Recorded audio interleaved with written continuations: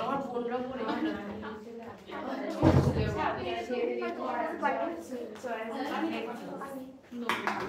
আচ্ছা ভাই হয়েছে এরিয়ান তারপরে তুমি একটু জায়গা খালি রেখে দেখো কতটুক লাগবে ওটা খাতা দেখে হয়েছে ভাই একটু দেখো আমরা লাস্ট ক্লাসে হচ্ছে পীড়ন পর্যন্ত পড়ছিলাম তো পীড়নটাকে হচ্ছে তিন ভাগে ভাগ করা হয় আর কি তো তোমরা আজকে ক্লাসটা শুরু করো এরকম একটা চার্ট আঁকো এই জায়গায় লেখা হচ্ছে দৈর্ঘ্য পীড়ন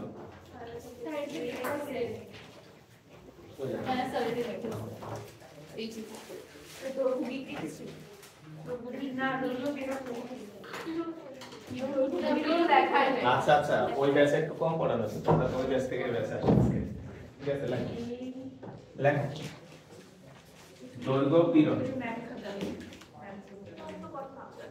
আর এখানে লেখা হচ্ছে আয়তন পীড়ন পীড়ন আর এখানে লেখা হচ্ছে মোচড় পীড়ন আচ্ছা ভাই আর কথা না হ্যাঁ আমাদের আজকে টপিকটা পুরোটা শেষ করতে হবে একটু মনোযোগ সহকারে লিখি তো পীড়নটাকে আমরা হচ্ছে তিন ভাগে ভাগ করছি একটা হচ্ছে দৈর্ঘ্য পীড়ন আর একটা হচ্ছে আয়তন পীড়ন আর আরেকটা হচ্ছে মোচড় পীড়ন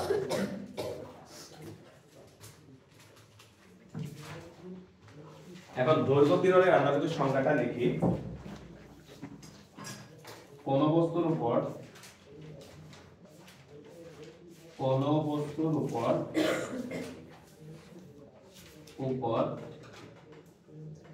বাইরে থেকে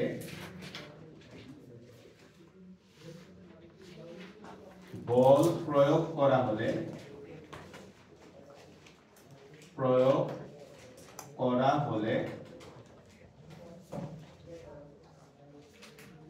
যদি এর দৈর্ঘ্যের পরিবর্তন ঘটে যদি এর দৈর্ঘ্যের পরিবর্তন ঘটে তাহলে দৈর্ঘ্য বিকৃতি প্রতিরোধ করার জন্য দৈর্ঘ্য বিকৃতি প্রতিরোধ করার জন্য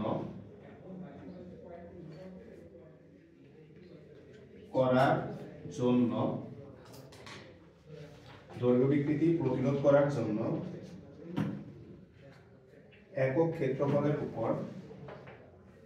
একক ক্ষেত্রফলের উপর লম্বভাবে সৃষ্ট বলকে দৈর্ঘ্য পীড়ন বলে এই জায়গায় একটু খেয়াল করি ভাইয়া আমরা লাস্ট ক্লাসে পীড়নটা পড়ছিলাম পীড়নের সংজ্ঞা ছিল হচ্ছে একক ক্ষেত্রফলের উপর লম্বভাবে বিকৃতি প্রতিরোধকারী যে বল সেই বলটাকে আমরা বলছি কি পীড়ন তাহলে ভাইয়া বলো তো আমরা বল প্রয়োগ করে একটা বস্তু দৈর্ঘ্য পরিবর্তন করতে চাচ্ছি তাহলে এই দৈর্ঘ্যের পরিবর্তনটাকে প্রতিহত করার জন্য যেই বলটা সৃষ্টি হবে তাকে বলবো আমরা দৈর্ঘ্য পীড়ন তাহলে দৈর্ঘ্য বিকৃতিটা প্রতিরোধ করার জন্য একক ক্ষেত্রফলে যেই বল সৃষ্টি হয় তাকে আমরা বলি হচ্ছে দৈর্ঘ্য পীড়ন দৈর্ঘ্য বিকৃতি প্রতিরোধ করার জন্য একক ক্ষেত্রফলের উপর লম্বভাবে সৃষ্ট বলকে দৈর্ঘ্য পীড়ন বলে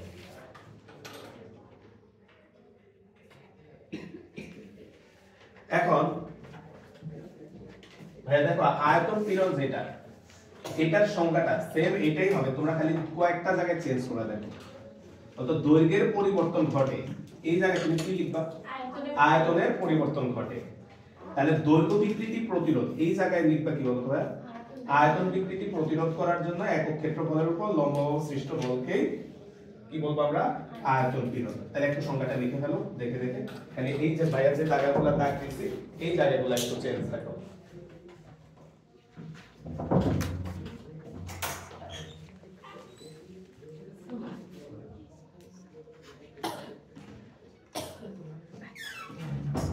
তাহলে ভাই আমরা তোমরা একটু সংজ্ঞাটা লেখো আর ভাই এই জায়গায় লিখেছি সুতরাং দৈর্ঘ্য পীড়ন সমান সমান হচ্ছে F/A। দৈর্ঘ্য পীড়ন সমান সমান হচ্ছে F/A। এই সংখ্যাটা সেম লিখবা ভাইয়া, তাহলে এই জায়গায় লিখবা আয়তনের পরিবর্তন ঘটে। আয়তনের পরিবর্তন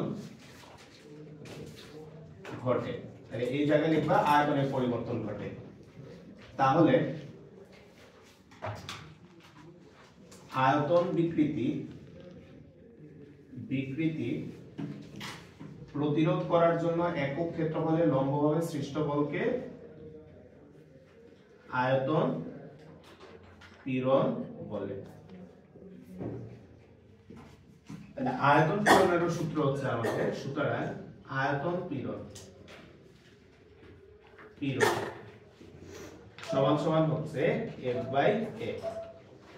আয়তন পীড়নের সূত্র হচ্ছে F/A, কারণ হ্যাঁ পীড়নের সংজ্ঞাটাই তো এটা, যে একক ক্ষেত্রফলের যে বলটা সৃষ্টি হয় তাকে বলা হয় হচ্ছে পীড়ন। তাহলে একক ক্ষেত্রফলে বল মানে হচ্ছে F/A।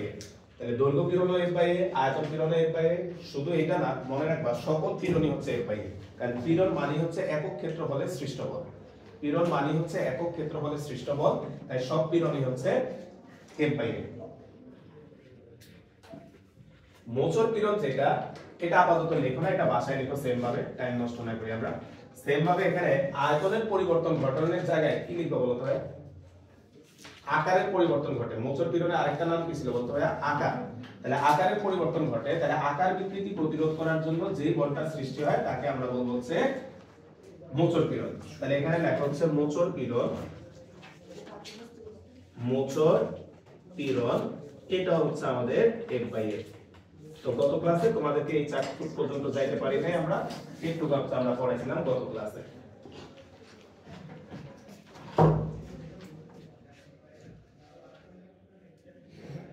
আর ক্লাসটা করছো? আচ্ছা উঠাও।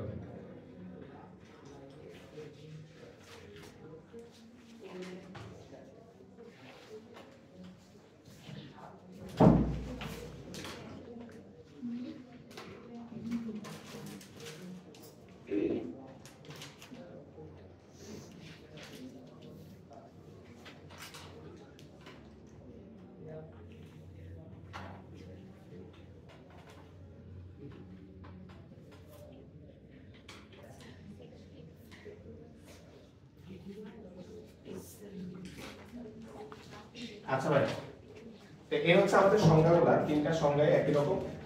তো তোমরা এই চারটা ক্লোজ করে দাও, আমরা আজকে সম্পূর্ণ নতুন একটা টপিক শুরু করব।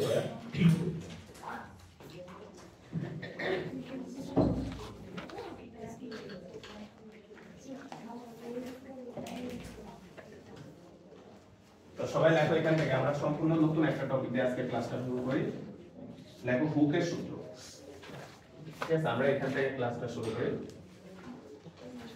হুকের সূত্র লেখো। হুকের সূত্র লেখো। স্থিতিস্থাপক সীমার মধ্যে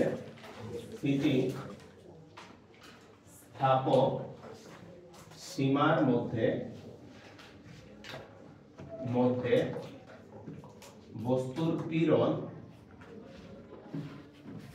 পীড়ন এর বিকৃতির সমানুপাতিক। সবাই একটু খেয়াল করবে। আর এখান থেকে হচ্ছে আমাদের এই অধ্যায়ের সকল ম্যাথমেটিক্যাল টার্মগুলো এখন আসা শুরু হবে। স্থিতিস্থাপক সীমার মধ্যে বস্তুর পীড়ন এর বিকৃতির সমানুপাতিক। তাহলে এখান থেকে আমরা লিখতে পারি সুতরাং পীড়ন সমানুপাতিক হচ্ছে বিকৃতি। তাহলে এখান থেকে আমরা লিখতে পারি সুতরাং পীড়ন সমানুপাতিক হচ্ছে বিকৃতি।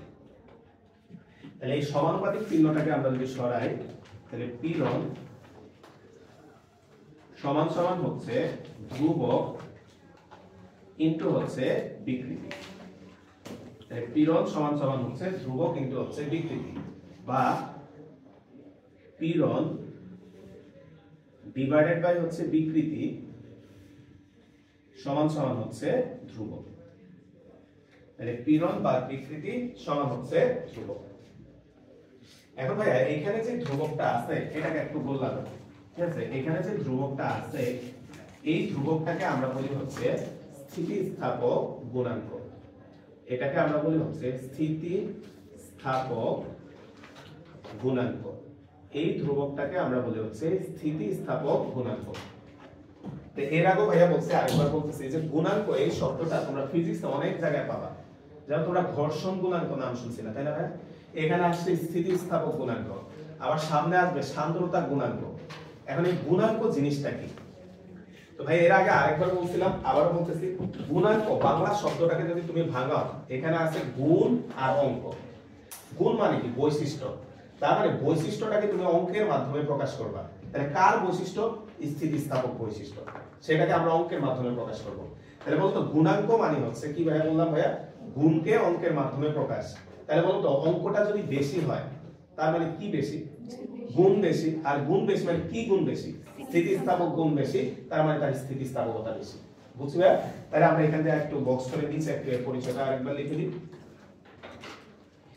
তাহলে নিচে আরেকটা লাইন লেখো, স্থিতিস্থাপক গুণাঙ্ক বেশি, স্থিতিস্থাপক গুণাঙ্ক বেশি। তাহলে স্থিতিস্থাপক গুণাঙ্ক বেশি, এই কথা দ্বারা তুমি কি বুঝবা ভাইয়া? স্থিতিস্থাপকতা বেশি। স্থিতিস্থাপকতা বেশি, তাহলে স্থিতিস্থাপক গুণ বেশি, এই কথা দ্বারা আমরা বুঝবো হচ্ছে স্থিতিস্থাপকতা বেশি। ঠিক একইভাবে সাইডে আরেকটা লেখা হচ্ছে স্থিতিস্থাপক গুণাঙ্ক কম, স্থিতিস্থাপক গুণাঙ্ক কম। তাহলে এটা দ্বারা বুঝবো হচ্ছে আমরা স্থিতিস্থাপকতা কম, স্থিতিস্থাপকতা কম। তাহলে গুণাঙ্ক বেশি আর গুণাঙ্ক কম, এগুলো আমাদেরকে বুঝতে হবে যে গুণাঙ্ক বলতে কি বোঝায়? গুণ বা বৈশিষ্ট্য। তাহলে গুণাঙ্ক বলতে বোঝায় কি ভাইয়া? যে দরকার ভাইয়া এটা এই যে গুণাঙ্ক শব্দটাকে একটু লিখে রাখে, যে গুণাঙ্ক এটা কি বোঝায় বলতো ভাইয়া? গুণ বা বৈশিষ্ট্য। তাহলে এই গুণাঙ্ক শব্দটা কি বোঝায় বলতো ভাইয়া? গুণ বা বৈশিষ্ট্য। তাহলে কার গুণ বা বৈশিষ্ট্য? তুমি যদি ঘর্ষণ গুণাঙ্ক বলো তাহলে কার গুণ? ঘর্ষণের গুণ। তুমি বলছো স্থিতিস্থাপক গুণাঙ্ক, তাহলে স্থিতিস্থাপকের গুণ। তুমি বললা সান্দ্রতা গুণাঙ্ক, তাহলে সান্দ্রতার গুণ বা বৈশিষ্ট্য। বুঝছি ভাই? আচ্ছা,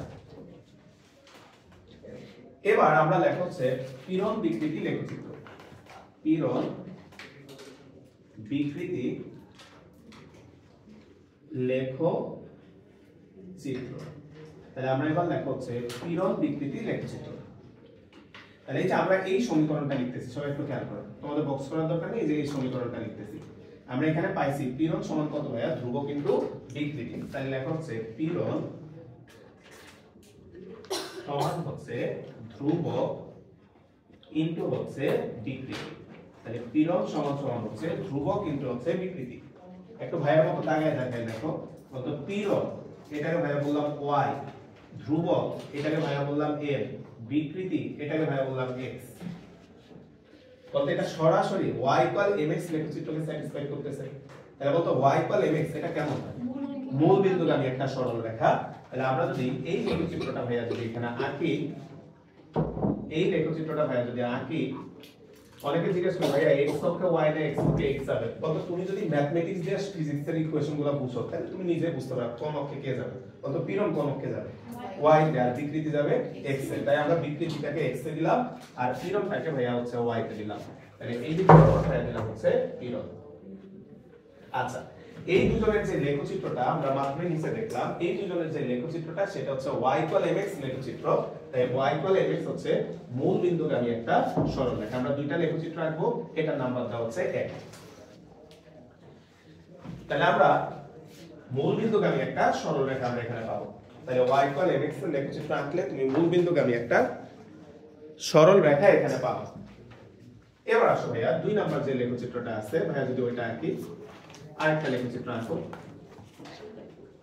এই দিকে নিলাম ভাইয়া হচ্ছে বিকৃতি আর এই দিকে নিলাম হচ্ছে পীড়ন। তো এখানে একই গ্রাফে দুইটা তারের জন্য ভাইয়া ছবিটা আঁকতেছি। বা দুইটা বস্তুর জন্য ভাইয়া ছবিটা আঁকতেছি, তাহলে একটা লেখচিত্র পাইছি এরকম, বলতে এটাও তো y = mx, তাই না? আরেকটা মনে করা আসছে এরকম, এমসিকিউ তে এরকম গ্রাফ এঁকে দিবে। আরেকটা মনে করা আসছে হচ্ছে এরকম। তাহলে আমরা তিনটা তারের আমরা এখানে আঁকলাম, মনে করো 1 2 3, তিনটা তারের জন্য আমরা এখানে ছবি আঁকলাম মনে করো। বলতো সবাই কিন্তু y = mx এই আছে। এখন তোমাকে বলা হলো চিত্রে কোন তারটি স্থিতিস্থাপকতা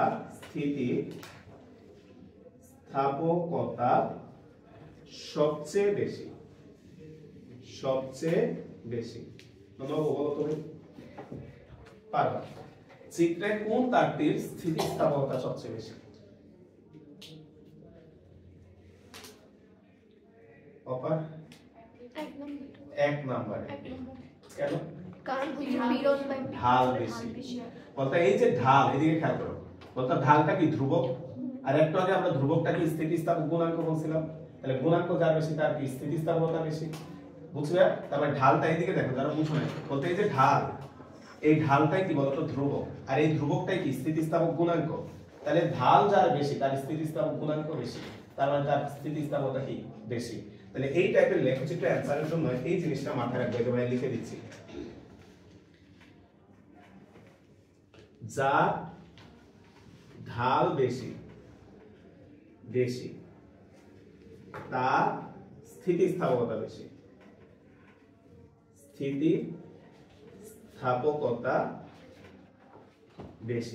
তাহলে যার ঢাল বেশি তার স্থিতিস্থাপকতা বেশি। বলতো ভাই ঢাল মানে তো tan থিটা, সহজ বাংলায় যার থিটা বেশি তার স্থিতিস্থাপকতা বেশি, বুঝবে? ঢাল মানে তো tan থিটা, তাহলে থিটার মান বাড়লে tan এর মানও বাড়ে, তাহলে যার থিটা বেশি তার স্থিতিস্থাপকতা বেশি। তাহলে এই অনুসারে কোন তারটার স্থিতিস্থাপকতা বেশি? 1 নং তারের। তাহলে লিখে রাখো, তাই 1 নং তারের স্থিতিস্থাপকতা বেশি, তাই 1 নম্বর যে তারটা আছে এই তারটার হচ্ছে স্থিতিস্থাপকতা বেশি। এবার আসলে আমরা যদি এখানে আসি, এই জায়গায় যদি আমরা আসি, পরের টপিকটার নাম লেখা হচ্ছে স্থিতিস্থাপক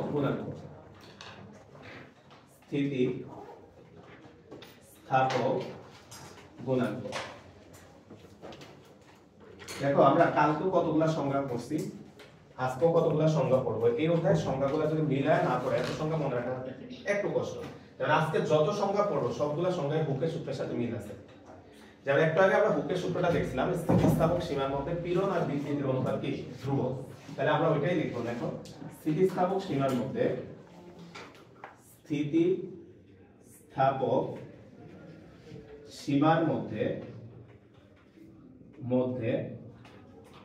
বস্তুর পীড়ন ও বিকৃতির অনুপাত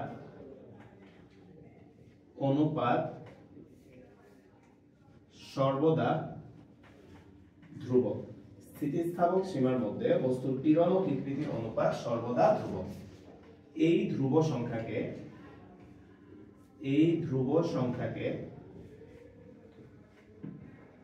বস্তুর উপাদানের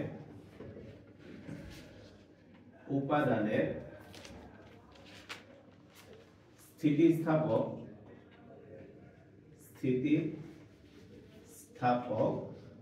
গুণাঙ্ক বলে।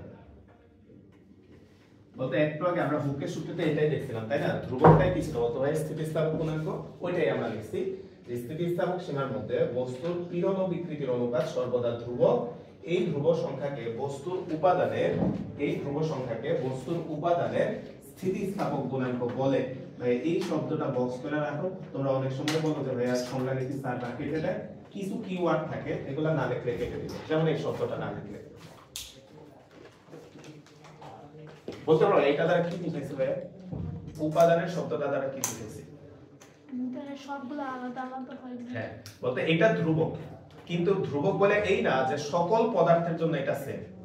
এটা ধ্রুবক বলতে বোঝাচ্ছে তামার স্থিতিস্থাপক গুণাঙ্ক বাংলাদেশে যা তামার স্থিতিস্থাপক গুণাঙ্ক আমেরিকাতেও তা সেম, একই উপাদানের জন্য এটা সেম, কিন্তু তামার সাথে স্টিলের বা তামার সাথে লোহার সেটা আবার মিলবে না, বুঝছো? অর্থাৎ একই উপাদানের জন্য এটা ফিক্স, বাট ভিন্ন উপাদানের জন্য এটা কি হবে না, সেম হবে না, বুঝছো? ওই কারণে তোমাকে উপাদান শব্দটা লিখতে হবে। আচ্ছা, তাহলে আমরা এখানে যদি একটু আসি ভাইয়া, তাহলে সুতরাং স্থিতিস্থাপক গুণাঙ্ক, স্থিতিস্থাপক গুণাঙ্ক, খেয়াল করো ভাইয়া, স্থিতিস্থাপক গুণাঙ্ক সমান সমান, তাহলে আমরা কি লিখতে পারি ভাইয়া? এখানে তো বলাই আছে, দেখো পীড়ন আর বিকৃতির অনুপাত, তাহলে পীড়ন আর বিকৃতির অনুপাত, তাহলে লেখা হচ্ছে পীড়ন ডিভাইডেড বাই হচ্ছে বিকৃতি, তাহলে পীড়ন ডিভাইডেড বাই হচ্ছে বিকৃতি, এটাই হচ্ছে আমাদের স্থিতিস্থাপক গুণাঙ্ক। তাহলে পীড়ন বা বিকৃতি এটাই হচ্ছে আমাদের স্থিতিস্থাপক গুণাঙ্ক। এখন আমরা যদি দুইটা নোট লিখি এখানে, ফার্স্টটা হচ্ছে এর একক, বলতো স্থিতিস্থাপক গুণাঙ্কের এককটা যদি যাই, লাস্ট ক্লাসে আমরা পড়ছি ভাইয়া যে বিকৃতির কোনো কি নাই, একক নাই, তাহলে বিকৃতির যদি একক না থাকে তাহলে পীড়নের যে একক সেটাই হচ্ছে স্থিতিস্থাপক গুণাঙ্কের একক। তাহলে পীড়ন মানে কি, F/A, তাহলে F এর একক কি নিউটন, A হচ্ছে মিটার স্কয়ার, তাহলে স্থিতিস্থাপক গুণাঙ্কের এককও হচ্ছে নিউটন পার মিটার স্কয়ার বা হচ্ছে প্যাসকেল। তাহলে স্থিতিস্থাপক গুণাঙ্কের একক হচ্ছে নিউটন পার মিটার স্কয়ার বা হচ্ছে প্যাসকেল। এখন ভাইয়া এর মাত্রাটা, স্থিতিস্থাপক গুণাঙ্কের মাত্রা, এটা সিরিয়াল ধরে গেছে পরীক্ষায়, স্থিতিস্থাপক গুণাঙ্কের মাত্রা, তাহলে এটা ট্রিপল স্টার দিয়ে রাখো, স্থিতিস্থাপক গুণাঙ্কের মাত্রা। তাহলে মাত্রাটা আমরা যদি বের করতে চাই, ভুলে গেলেও কোনো প্রবলেম নাই, পরীক্ষায় বের করতে পারবা। ভাই একটু এখানে ছোট্ট করে দেখাই দিচ্ছি, বলতে আমরা যে পীড়ন মানে তো তুমি জানো F/A, বলতে 9 10 থেকে বা তুমি ইন্টারমিডিয়েটও পড়ছো ভাই, F = m এ আমরা জানি, তাই না ভাই? তাহলে বলো তো m এর মাত্রা কি, ক্যাপিটাল M, আর a এর মাত্রা কি, L T ইনভার্স কত 2, তাহলে আমাদের বলের মাত্রাটা হচ্ছে ভাইয়া, আমাদের বলের মাত্রা হচ্ছে M L T ইনভার্স 2, আর ভাই ক্ষেত্রফল মানে কি, দৈর্ঘ্য ইনটু দৈর্ঘ্য, তাহলে বলতে একটা L কাটা যাবে, তাহলে নিচে একটা L থাকবে, তাহলে ফাইনালি মাত্রাটা কত দাঁড়াচ্ছে বলতে পারবা, M L inverse T inverse 2। তাহলে বের করো, শিখিয়ে দিলাম, ভুলে গেলেও বের করতে পারবা। তাহলে এখান থেকে বলতো বিকৃতির তো কোনো মাত্রা নাই, তাই পীড়নের মাত্রাটাই আসছে, বুঝছো ভাইয়া? তাহলে M L inverse T inverse 2, তাহলে এর মাত্রাটা হচ্ছে M L inverse T inverse 2। এখন ভাইয়া তোমরা যখন বিকৃতি করছো, বিকৃতিতে 3 ভাগে ভাগ করছো, পীড়ন করছো, পীড়নও 3 ভাগে ভাগ করছো, তাহলে স্থিতিস্থাপক গুণাঙ্ক কয় প্রকার, 3 প্রকার। তা আসলে আমরা যদি 1 নাম্বারটা লিখি, 1 নাম্বার লেখো, 1 দৈর্ঘ্য গুণাঙ্ক বা বিজ্ঞানী ইয়ং এর নাম অনুসারে এটাকে বলা হয় ইয়ং এর গুণাঙ্ক বা ইয়ং মডুলাস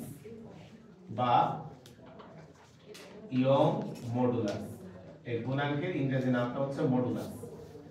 তাহলে আমাদের গুণাঙ্কটা আমরা 3 ভাগে ভাগ করব, একটা হচ্ছে দৈর্ঘ্য গুণাঙ্ক বা ইয়ং এর গুণাঙ্ক বা হচ্ছে ইয়ং মডুলাস।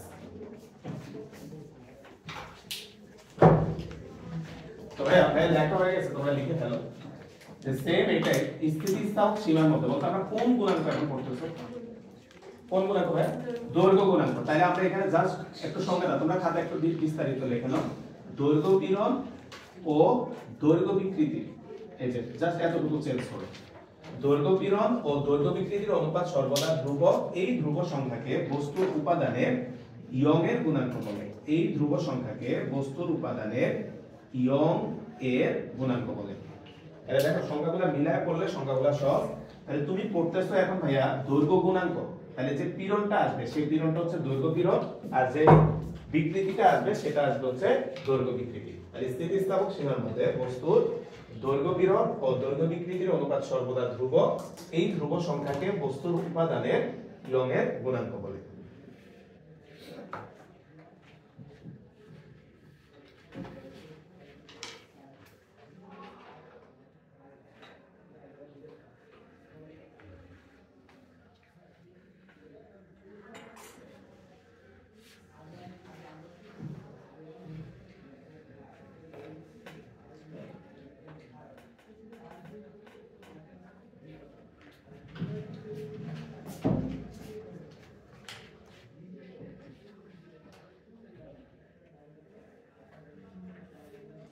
তাহলে আমরা এখান থেকে লিখতে পারি সুতরাং ইয়ং এর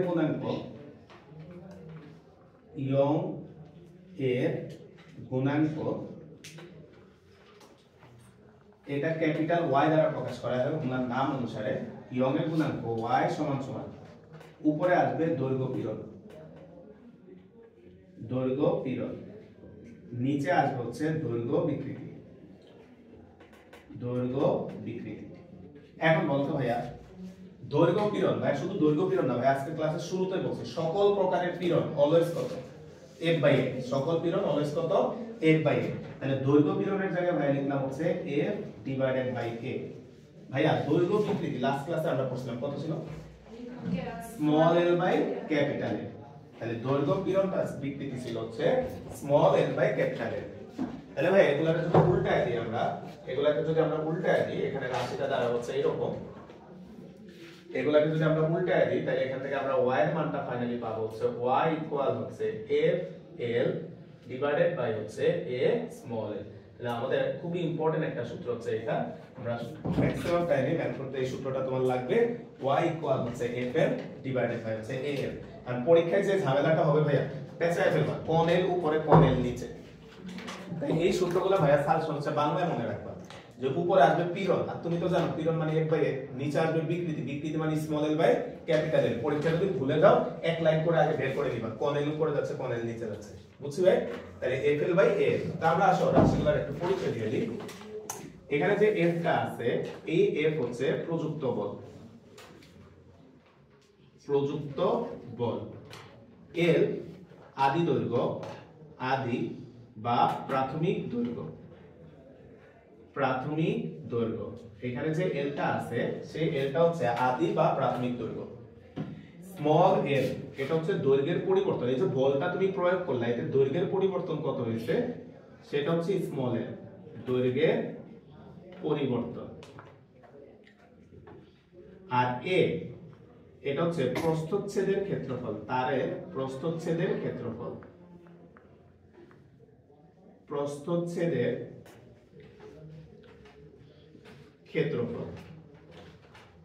এটা হচ্ছে একটা তারের প্রস্থচ্ছেদের ক্ষেত্রফল তাই প্রস্থচ্ছেদের ক্ষেত্রফলটাকে এই যে এদিকে খেয়াল করো এদিকে বলতে পারে এটা হচ্ছে একটা তার এই যে এই অংশটাকে বলি প্রস্থচ্ছেদের ক্ষেত্রফল তাহলে বলতে এটা দেখতে কেমন বৃত্ত তাই বৃত্তের ক্ষেত্রফল কত পাই r স্কয়ার তাহলে এই a এর জায়গায় দেখবা যে আমরা পরীক্ষায় ম্যাথ করার সময় পাই r স্কয়ার বসাবো এখানে যে r এই r টা হচ্ছে তারের ব্যাসার্ধ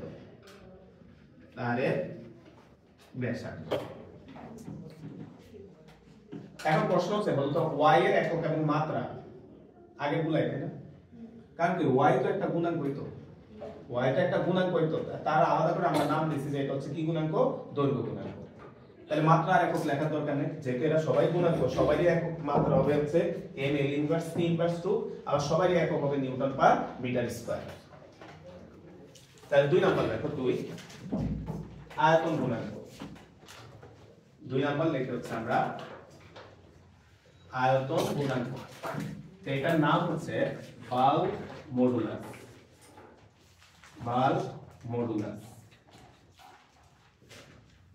এটার নাম হচ্ছে বাল্ক মডুলাস কে বলতো চেন রাখবে কোথায় বুঝছো না সেম সংখ্যায় তাহলে দৈর্ঘ্যের জায়গায় কি লিখবা আয়তন তাহলে মিলায়া পড়বা দেখবা যে সংখ্যাগুলো পরীক্ষা প্রায় সময় আসে তাহলে এতগুলো মুখস্থ করা লাগবে না তাহলে একটু করে লিখে ফেলো তোমরা আয়তন পীড়ন ও আয়তন বিকৃতির অনুপাত সর্বদা ধ্রুব এই ধ্রুব সংখ্যাকে বস্তুর উপাদানের আয়তন গুণাঙ্ক বলে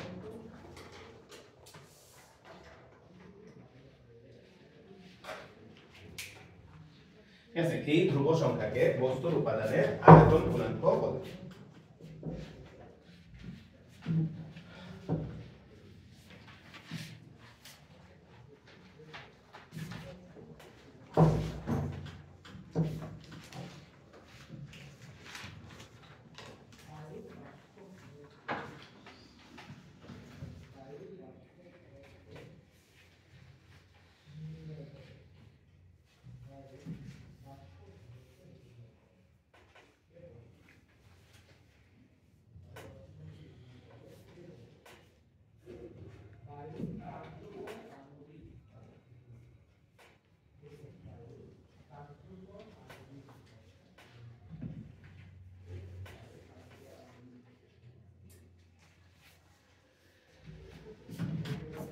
তাহলে আসলে আমরা যদি এখানে লিখি সুতরাং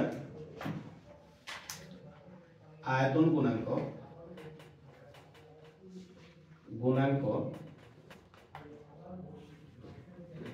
এটাকে কি দ্বারা প্রকাশ করবো তাহলে ভাই বি। তাহলে আয়তন গুণাঙ্ককে আমরা প্রকাশ করি হচ্ছে বি দ্বারা। তাহলে উপরে বলতে একটু আগে লিখছিলাম দৈর্ঘ্য পীড়ন, এখন আমরা লিখবো আয়তন পীড়ন। আয়তন পীড়ন ডিভাইডেড বাই আয়তন বিকৃতি। তাহলে আয়তন পীড়ন ডিভাইডেড বাই আয়তন বিকৃতি। একটু হেল্প করি ভাই, পারবা? বলতো পীড়ন কত লিখবো? f বাই এটা ফিক্সড, পীড়ন অলওয়েজ f বাই a। বিকৃতিটা কত আসবে? Small b divide by capital B। Same একই রকম, ওটা ছিল small l by capital L, এখন হবে small b by capital B। এবার ভাই একটা জিনিস বুঝাই, কালকে যখন এই ছবিটা আঁকছিলাম যে আয়তন বিকৃতি বোঝানোর সময় এরকম একটা ছবি ছিল, তাই না ভাই? এটার উপরে তুমি চার দিক থেকে এভাবে বল প্রয়োগ করছো, অর্থাৎ একটা বেলুন তুমি কি করছো, চার দিক থেকে ম্যাজিক একটু খেয়াল করছো, বেলুনটা তুমি চার দিক থেকে এভাবে বল প্রয়োগ করছো। প্রশ্ন হচ্ছে এটা কি অ্যাকচুয়ালি বল হচ্ছে না চাপ হচ্ছে? চাপ, কারণ একটা ক্ষেত্রফলের উপরে এটা প্রয়োগ করছো। তাই আয়তন বিকৃতির ক্ষেত্রে ভাইয়া যে f বাই a এটাকে চাপ দ্বারা রিপ্লেস করে ফেলছে আমাদের বইয়ে, কারণ f বাই a মানে তো কি বলতো ভাইয়া? চাপ। তোমরা ক্লাস 9 চাপের সংজ্ঞা পড়ছিলা, একক ক্ষেত্রফলের প্রযুক্ত বলটাকে কি বলা হয়? চাপ। তাহলে এই f বাই a কে আমরা p দ্বারা লিখে দেব। তাহলে f বাই a টাকে আমরা p লিখব, p divided by small v divided by capital V। তাহলে এখানে আমাদের সূত্রটা দাঁড়াবে হচ্ছে তাহলে এরকম, সমান সমান হচ্ছে PV divided by small v। এই হচ্ছে আমাদের আয়তন গুণাঙ্ক বের করার সূত্রটা, PV ডিভাইডেড বাই হচ্ছে স্মল v। তাহলে এখানে যে p টা আসবে, p সমান সমান হচ্ছে প্রযুক্ত চাপ সমান সমান কত ভাইয়া? f by a।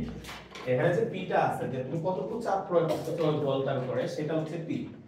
p যদি দিয়ে দেয় তো ভালো, না দিলে আমরা আবার f বাই a থেকে বের করে নিব, বুঝছো ভাই? তারপর স্মল v সেটা হচ্ছে আয়তনের পরিবর্তন,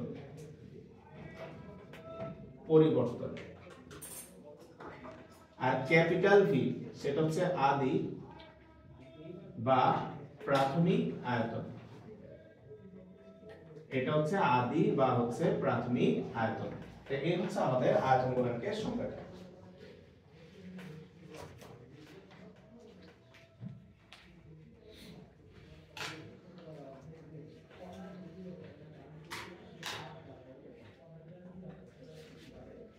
আচ্ছা, আমাদের 3 নাম্বার যেটা আছে,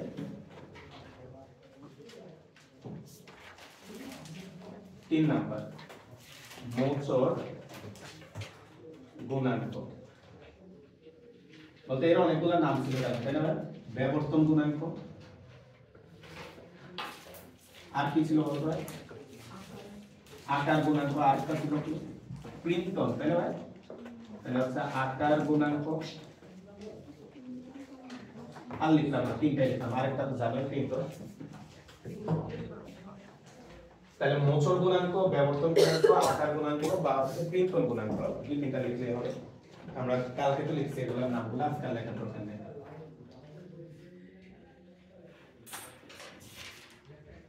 আচ্ছা, তাহলে স্থিতিস্থাপক সীমার মধ্যে বস্তুর বলতো চেঞ্জ হবে কি এখানে? আকার পীড়ন। ঠিক আছে, এখানে লেখা হচ্ছে আকার পীড়ন। স্থিতিস্থাপক সীমার মধ্যে বস্তুর আকার পীড়ন ও আকার বিকৃতি। স্থিতিস্থাপক সীমার মধ্যে বস্তুর আকার পীড়ন ও আকার বিকৃতির অনুপাত, কিংবা বলতে আরেকটা শব্দ বলা যেত, কি বলা যেত? মোচড় পীড়ন ও মোচড় বিকৃতির অনুপাত। তোমার সুবিধা মতো যেটা পরীক্ষার মনে আছে লিখলে হবে। সর্বদা ধ্রুবক এই ধ্রুব সংখ্যাকে বস্তুর উপাদানের মোচড় গুণাঙ্ক বলে। মোচড় গুণাঙ্ক বলে। এই ধ্রুব সংখ্যাকে বস্তুর উপাদানের মোচড় গুণাঙ্ক বলে। এই ধ্রুব সংখ্যাটাকে আমরা হচ্ছে বস্তুর উপাদানের মোচড় গুণাঙ্ক বলি। তাহলে স্থিতিস্থাপক সীমার মধ্যে বস্তুর মোচড় পীড়ন ও মোচড় বিকৃতির অনুপাত কিংবা আকার পীড়ন ও আকার বিকৃতির অনুপাত সর্বদা ধ্রুবক। এই ধ্রুব সংখ্যাকে বস্তুর উপাদানের মোচড় গুণাঙ্ক, আকার গুণাঙ্ক, ব্যবর্তন গুণাঙ্ক, প্রিন্টন গুণাঙ্ক, পরীক্ষা যেটা আসে একই জিনিস বল। তাহলে লেখা হচ্ছে সুতরাং মোচড় গুণাঙ্ক, এটাকে আমরা প্রকাশ করি ইটা দ্বারা। মোচড় গুণাঙ্ক ইটা সমান সমান হচ্ছে উপরে আসবে হচ্ছে মোচড় পীড়ন, মোচড় পীড়ন, আর নিচে আসবে মোচড় বিকৃতি, বিকৃতি। মোচড় পীড়ন এটা হচ্ছে F/A। নীলিমা বলো বিকৃতিটা কি? থিটা ছিল, মোচড় বিকৃতি জাস্ট থিটা, তাহলে এখানে চলে আসবে হচ্ছে থিটা।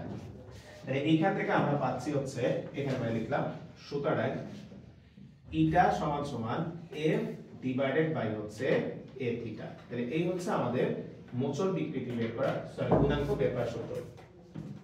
তাহলে ইটা ইকুয়াল হচ্ছে F ভাগ A থিটা। নরমালি তুমি যেহেতু বলছো তুমি বলো, এই থিটার ওখানে ভাই আরেকটা জিনিস লিখে দিছিলাম, রেডিয়ান এককে রাখতে হবে এটা। তাহলে লিখে রাখো থিটা রেডিয়ান এককে বসাতে হবে। এই থিটা রেডিয়ান, রেডিয়ান এককে বলছে। তাহলে এখানে যে থিটাটা আছে এই থিটাটা হচ্ছে আমরা রেডিয়ান এককে বসাবো। এখানে যে থিটাটা আছে এই থিটাটা হচ্ছে আমরা রেডিয়ান এককে বসাবো। তাহলে এখন বলো তো ভাই, তিনটা টপিক পড়ছি বা চারটা টপিক পড়ছি আমরা হচ্ছে হুকের সূত্র সহ, কত সব তো সেম ছিল তাই না ভাই? এখন আমরা দেখো একটা সংজ্ঞা মাঝে মাঝে আসে, এটা কোনো নাম্বার নাই, নাম্বার ছাড়া আর কি, আমাদের তিনটা তো শেষ। লেখা হচ্ছে সংনম্যতা, সংনম্যতা ব্র্যাকেটে লেখা হচ্ছে সি। এটাকে হচ্ছে সি দ্বারা প্রকাশ করে, সংনম্যতা। তো এটাকে হচ্ছে সি দ্বারা প্রকাশ করি, বলা হচ্ছে আয়তন গুণাঙ্কের, আয়তন গুণাঙ্কের বিপরীত রাশিকে, রাশিকে সংনম্যতা বলে। আয়তন গুণাঙ্কের বিপরীত রাশিকে সংনম্যতা বলে। আয়তন গুণাঙ্কের বিপরীত রাশিকে সংনম্যতা বলে। তাহলে আমরা যদি লিখি সুতরাং সংনম্যতা, তোমরাই বলবা এটা আমরা তো এখানে সংখ্যাটা লিখছি, এটা কি বোঝায় তোমরা ভাইরে বলবা। সংনম্যতা সি ইকুয়াল হচ্ছে 1/b। তাহলে সংনম্যতা সি ইকুয়াল 1/b। তাহলে বলতো ম্যাথে যদি সংনম্যতা বের করতে বলা হয় তোমার আগে b বের করতে হবে, b এর সূত্র ব্যবহার করে বের করে 1/b হচ্ছে কি সংনম্যতা। এখন প্রশ্ন হচ্ছে এই সংনম্যতার মান যদি বেশি হয় তাহলে তুমি বাইরে বলতে স্থিতিস্থাপকতা বেশি না কম? কম, কারণ উল্টা রিলেশন তাই না ভাই? তার মানে b এর মান যদি বেশি হয়, বলতো b তো গুণাঙ্ক, তাহলে b এর মান যদি বেশি হয় তাহলে স্থিতিস্থাপকতা বেশি, তাহলে স্থিতিস্থাপকতার সাথে c এর রিলেশনটা ব্যস্তানুপাতিক। তার মানে সংনম্যতা বেশি দ্বারা বোঝায় স্থিতিস্থাপকতা কম, আর সংনম্যতা কম দ্বারা বোঝায় স্থিতিস্থাপকতা বেশি, কারণ রিলেশনটা হচ্ছে ব্যস্তানুপাতিক রিলেশন। বুঝছি ভাই?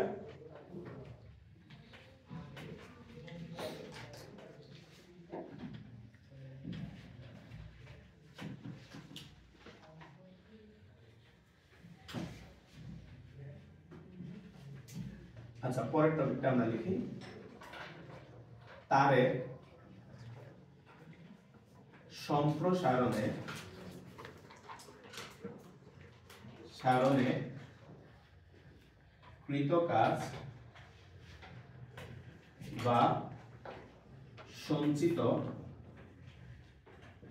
বিভব শক্তি। আসলে এটা আগে বুঝি তারপরে ভাই বলতেছি কি। তারের সম্প্রসারণে কৃত কাজ বা হচ্ছে সঞ্চিত বিভব শক্তি। তো এটা আগে বুঝি তারপরে ভাই বুঝাচ্ছি, এদিকে খেয়াল করো। মনে করো ভাইয়া এখানে একটা দেয়ালে একটা তার এভাবে ঝুলানো আছে, দেয়ালে একটা তার এখানে এভাবে ঝুলানো আছে, ঠিক আছে? দেয়ালে এখানে একটা তার ঝুলানো আছে আমরা মনে করলাম, ঠিক আছে? এখানে একটা তার ঝুলানো আছে।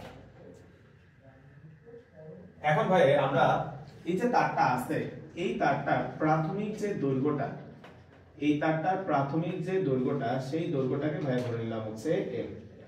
এই তারের প্রাথমিক যে দৈর্ঘ্যটা সেটাকে ভাই ধরে নিলাম হচ্ছে f। এখন তুমি এই তারটাকে এই দিক বরাবর বল প্রয়োগ করছো f বল। f বল প্রয়োগ করলে বলতে এখন তারটা লম্বা হয়ে যাবে, তাই না ভাই? তারটা লম্বা হয়ে যাবে। তো আমরা ধরে নিলাম তারটা লম্বা হয়ে এরকম একটা আকার ধারণ করলো, সেটা এই যে একটু লম্বা হয়েছে সেটা। মানে এই অংশটাকে আমরা দেখাইলাম বলতে এই অধ্যায়ে বৃদ্ধিগুলোকে কি দ্বারা প্রকাশ করি না, কতটুক বাড়ছে স্মল এল, তাই না? এই যে একটু আগে তো আমরা স্মল এল লিখছিলাম না, তাহলে স্মল এল এটা দ্বারা বোঝা হচ্ছে পরিবর্তন, মানে কতটুকু সে বাড়ছে। তাহলে জাস্ট এতটুকু অংশ আমরা দেখালাম। তুমি যেটা প্রাইম বলছো ভাই এটা দেখাবো না আমরা, এই যে এইটুকু হচ্ছে এল প্রাইম পুরাটা, কিন্তু জাস্ট বাড়ছে কতটুকু সেটা কি বলবো ভাই, স্মল লেটার, ঠিক আছে? তাহলে এটাকে লেখা হচ্ছে স্মল এল। একটুকু আমরা তো মনে করো দৈর্ঘ্য বৃদ্ধি হয়েছে। এবার তোমরা বাইরে বলো তো, তোমাদেরকে ভাইয়া যদি জিজ্ঞেস করি এই তারটার একদম প্রথম যে বিন্দুটা আছে কোনটা কথা বলতেছি ভাই, বলি যে এই পয়েন্টটা, সবাই একটু খেয়াল করে, এই যে এই পয়েন্টটা এদিকে, যে এই পয়েন্টটার কথা ভাইয়া বলছি, বলতে এই পয়েন্টটা বল প্রয়োগে একটা সরণ হয়েছে, বুঝো কিনা?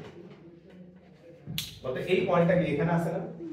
এখন এটা কোথায় আছে বলতে হবে, নিচে না?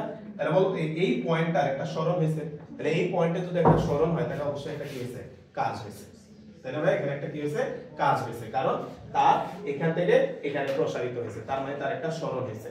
তাহলে সরণ ঘটলে তার অবশ্যই একটা কি হবে, কাজ হবে। তা আমরা সেই কাজটাই আমরা বের করতে চাচ্ছি যে এখানে কতটুকু কাজ হয়েছে। তার আগে আমরা যদি একটু খেয়াল করো লেখা, আমরা জানি y ইকুয়াল হচ্ছে fl ডিভাইডেড বাই হচ্ছে a স্মল l। তাহলে এইখান থেকে যদি আমরা f এর মানটা বের করি, f সমান সমান হচ্ছে y a small l divided by হচ্ছে ক্যাপিটাল L। তাহলে f এর মানটা অর্থাৎ এখানে যে বলটা প্রয়োগ করা হয়েছে ভাইয়া, বলতে আগে সূত্রে ভাইয়া f এর পরিচয় লিখে রাখছিলাম, কি বল বলতো ভাই, প্রযুক্ত বল। তাহলে সেই প্রযুক্ত বলটা কথা আমরা বের করে নিলাম y a small l by capital L। এখন ভাইয়া তোমরা যেহেতু কাজ শক্তি ক্ষমতা অধ্যায়টা এখনো পড়ো নাই, ভাইয়া দুইটা জিনিস একটু বুঝাই তারপরে আমরা বাকি কিছু যাচ্ছে, এটা লেখার দরকার নেই, একটু খেয়াল করো।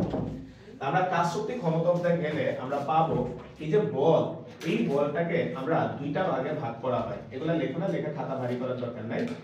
একটা বলকে আমরা বলি হচ্ছে ধ্রুব বল, যে ভাই আমরা তো বল অধ্যায় করছি, ওইখানে এগুলার পরিচয় দেয় না কেন ভাই, নিউটনের বলবিদ্যা আমরা কিছুদিন আগে শেষ করছি, বলতে অনেক বড় একটা অধ্যায়। তো ওইটার ভিতরে এইসব ঝামেলা না রেখে কিছু জিনিস আরেকটা অধ্যায় নিয়ে গেছে। যেমন বলের যে প্রকারভেদগুলো, ধ্রুব বল, পরিবর্তনশীল বল, সংরক্ষণশীল বল, অসংরক্ষণশীল বল, এগুলা সব আলোচনা করছে কাজ শক্তি ক্ষমতা অধ্যায়। প্রশ্ন হচ্ছে সেখানে কেন আলোচনা করছে, বলতো কাজ মানে কি, তাহলে বল লাগবে, তাহলে ওইখানে নিয়ে এগুলো আলোচনা করে দিয়েছে, বুঝছি ভাই? এখন আসো ধ্রুব বল। এখন ধ্রুব বল আর আরেকটা বলকে বলা হয় পরিবর্তনশীল বল। পরিবর্তনশীল বল এগুলা লেখো না, এগুলা এই অধ্যায়ের না, তোমাদের সিলেবাসেও নাই। পরিবর্তনশীল বল। এখন ভাইয়া ধ্রুব বল কারা? আজকের ক্লাসের আগ পর্যন্ত তুমি যতগুলা বল দেখছো, 10 নিউটন, 20 নিউটন, 30 নিউটন, মানে বলের মান ফিক্স, এই টাইপের বলকে আমরা বলি কি বল, ধ্রুব বল।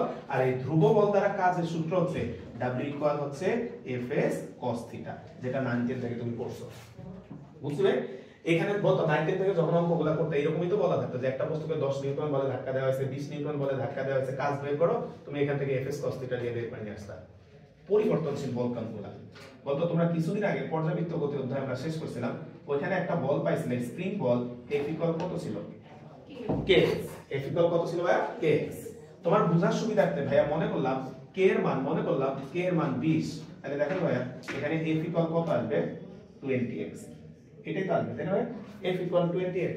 এবার তুমি ভাইয়া বলো তো ভাইয়া, মনে করো তারটার এখনো কোনো সরণ হয় নাই, x এর মান 0, তাহলে বল কত, x এর মান 1 মিটার সরণ হইছে, 20, x এর মান 2, 40। এখন তুমি ভাইয়া বলো তো বস্তুটা সরণের সাথে সাথে বলের মানটা ফিক্স থাকতেছে কিনা, না, প্রতি মুহূর্তে এই বলটা কি হচ্ছে, চেঞ্জ হচ্ছে। তাহলে এই টাইপের বলকে আমরা বলি কি বল, পরিবর্তনশীল বল। আর এই পরিবর্তনশীল বল দ্বারা কাজ বের করার সূত্র হচ্ছে W equal integration of xi থেকে হচ্ছে xf f ইনটু হচ্ছে dx। সূত্রটা আমরা হচ্ছে কাজ শক্তি ক্ষমতা অধ্যায় গেলে কেমনে আসছে ওখানে প্রমাণ করব। তাহলে আপাতত একটু মাথায় রাখো যে পরিবর্তনশীল বল দ্বারা কাজ যদি আমরা বের করতে হয় তাহলে ইন্টিগ্রেশন করে কাজটা বের করতে হবে, বুঝছি ভাই? এবার আসো ভাই, যে ভাই এত কিছুর সাথে এটা রিলেশন কি, এখানে যে মানটা আছে ভাইয়া তোমাদের বোঝার জন্য এখানে যদি একটু লিখি, তোমাদের লেখার দরকার নাই, বলতে এখানে আনসার হচ্ছে y a by capital L into হচ্ছে স্মল l। তোমরা ভাই একটু বলো তো এইখানে যে মানটা আছে এই পুরো মানটা ফিক্সড, বুঝো কিনা? বলতো y একটা ধ্রুবক, তারের ক্ষেত্রফল ধ্রুবক, তারের আদি দৈর্ঘ্য ধ্রুবক, তাহলে এই পুরোটা কিন্তু ধ্রুবক। তো আগে মতো ওইটার মতো ভাই বোঝানোর জন্য ভাই ধরে নিচ্ছি এটার মান 20, তাহলে এখানে আছে 20 এর। তোমার কাছে ভাই প্রশ্ন, এই স্মল এলটা কি ধ্রুবক কিনা? না। কত যখন তারটা এই পয়েন্টে ছিল এই স্মল এল এর মান কত ছিল? 0। বলতে আস্তে আস্তে বাড়তেছে, এই স্মল এল এর মান বাড়তেছে, তাহলে স্মল এল এর মান চেঞ্জ হওয়ার সাথে সাথে এই এফ এর মানও কি হবে? চেঞ্জ হবে। তাহলে বলতো এইখানে যে বলটা দেখতে পাচ্ছ এটা কি ধ্রুবক না পরিবর্তনশীল বল? পরিবর্তনশীল বল। কারণ স্মল এল এর মান চেঞ্জের সাথে সাথে, মানে প্রথমে তো এল এর মান 0, পরে 1 2 এভাবে করে করে করে করে বাড়ছে, তাহলে এল এর মান চেঞ্জের সাথে সাথে এফ এর মানও চেঞ্জ হচ্ছে, বুঝবে? তাহলে তোমরা দেখো, আমরা জানি পরিবর্তনশীল বল দ্বারা কৃত কাজ, আমরা জানি পরিবর্তনশীল বল দ্বারা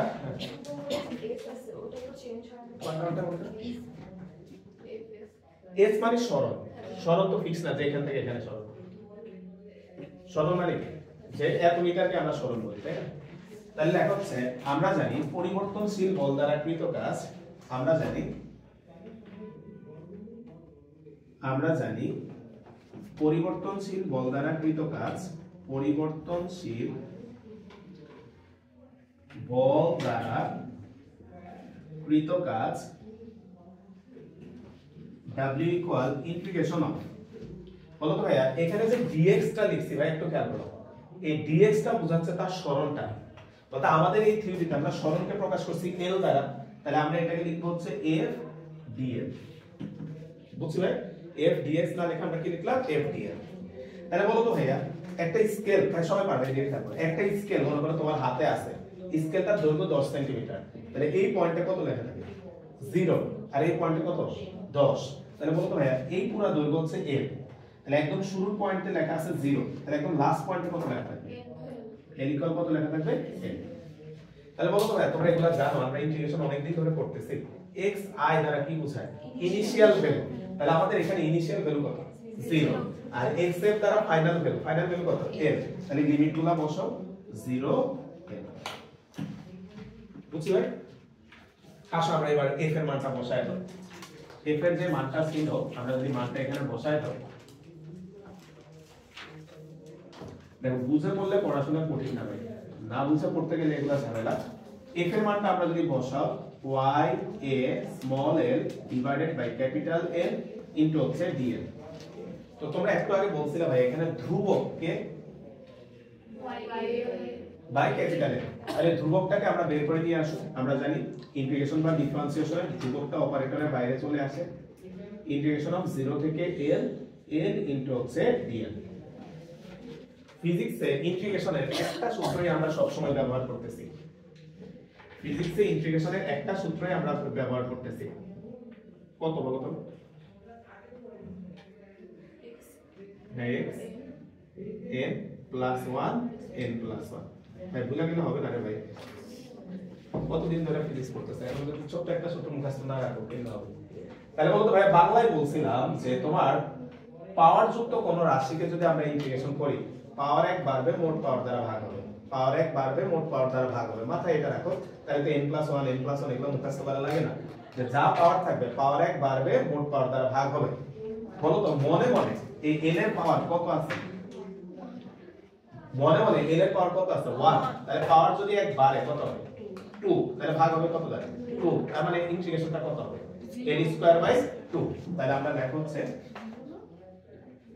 y a বাই l, তাহলে এখানে আসবে l স্কয়ার ডিভাইডেড বাই হচ্ছে 2, আর লিমিট থাকবে সেটা হচ্ছে থার্ড ব্র্যাকেটে লিখতে হয় সূত্র অ্যাপ্লাই করে। লিমিটের মান কেমনে বসাতে হয় মনে আছে কারো বলো তো? আপার লিমিট মাইনাস লোয়ার লিমিট। তাহলে ভাইয়া এখানে উপরেরটা তো আমাদের আপার লিমিট আর নিচেরটা হচ্ছে লোয়ার লিমিট। একবার আমরা ভিতরে আপার লিমিটটা বসাবো, মানে l এর জায়গায় l ই বসাবো। তাহলে এখানে আসবে হচ্ছে y a l l square by 2।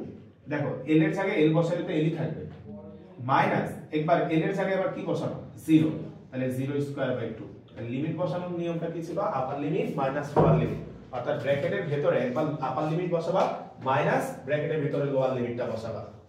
তাহলে ভাই এখানে ফাইনালি লাইনটা দাঁড়াবে হচ্ছে এরকম y a l square divided by হচ্ছে 2l। তাহলে এই হচ্ছে আমাদের সূত্রটা। তাহলে এই সূত্রটাকে আমরা বলতে পারি ভাইয়া তারের সম্প্রসারণে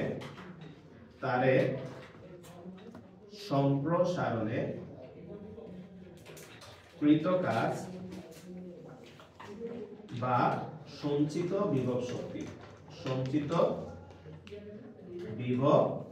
শক্তি। তারের সম্প্রসারণে কৃত কাজ বা হচ্ছে সঞ্চিত বিভব শক্তি। তারের সম্প্রসারণে কৃত কাজ বা হচ্ছে সঞ্চিত বিভব শক্তি। তাহলে হচ্ছে y a l square divided by 2l।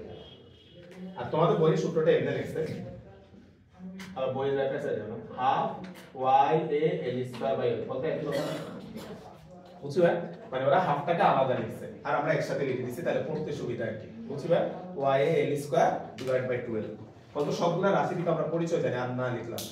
y young এর গুণাঙ্ক, এ তো আগে লিখছি প্রস্থচ্ছেদের ক্ষেত্রফল স্মল l দৈর্ঘ্য বৃদ্ধি, স্মল l দৈর্ঘ্য বৃদ্ধি, ক্যাপিটাল L আদি দৈর্ঘ্য, তাই না ভাই? ক্যাপিটাল L হচ্ছে আদি দৈর্ঘ্য। এবার এই সূত্রটাকে আমরা চাইলে হালকা একটু চেঞ্জ করতে পারি। তো তোমরা দেখো আবার w ইকুয়াল হচ্ছে y a l square divided by হচ্ছে 2l। এই সূত্রটাকে আমরা কিঞ্চিত একটু চেঞ্জ করতে পারি। সেটা কিভাবে খেয়াল করতে হয় ভাই? এটাকে লিখলাম হচ্ছে হাফ ইনটু হচ্ছে y a small l divided by capital L ডট হচ্ছে l। জানেন লিখছি অন্য একটু লেখা। এটা কি চেঞ্জ করতেছি ভাইয়া যদি একটু বলি। আচ্ছা, কি চেঞ্জ করতেছি ভাইয়া যদি একটু বলি, এখানে সাইডে একটু দাগ দিয়ে ছোট করে একটু লেখো। তো আমরা যে সূত্রটা জানি ভাইয়া, ভাই, এখানে রাফে আমরা যদি লিখি y ইকুয়াল হচ্ছে f l ডিভাইডেড বাই হচ্ছে a স্মল l, তাই না ভাই? আমরা তো সূত্রটা এটা জানি। এই সূত্রটা থেকে তুমি যে f এর মানটা বের করছিলা, ভাইয়া, f সমান সমান আসছিল y a small l divided by কত ভাইয়া? Capital L। আসলে বুঝছো কি বুঝাইতে চাচ্ছি ভাইয়া? বলতে এই যে রাশিটা, এই পুরো রাশিটা কত হয়ে গেছে? এই পুরো রাশিটা f হয়ে গেছে। এই সূত্রটা দুইটা ফরম্যাটে আমাদের বইয়ে লেখা। তাহলে আরেকটা ফরম্যাট আমরা লিখতে পারি হাফ f l। তাহলে আরেকটা সূত্র আমরা লিখতে পারি হচ্ছে সহজ করে হাফ f l।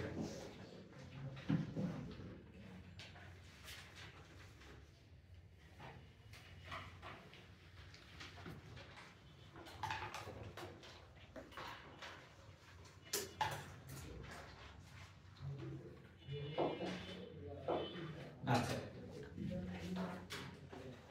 আমরা পরের টপিকটার নাম লিখব একক আয়তনে সঞ্চিত শক্তি। আয়তনে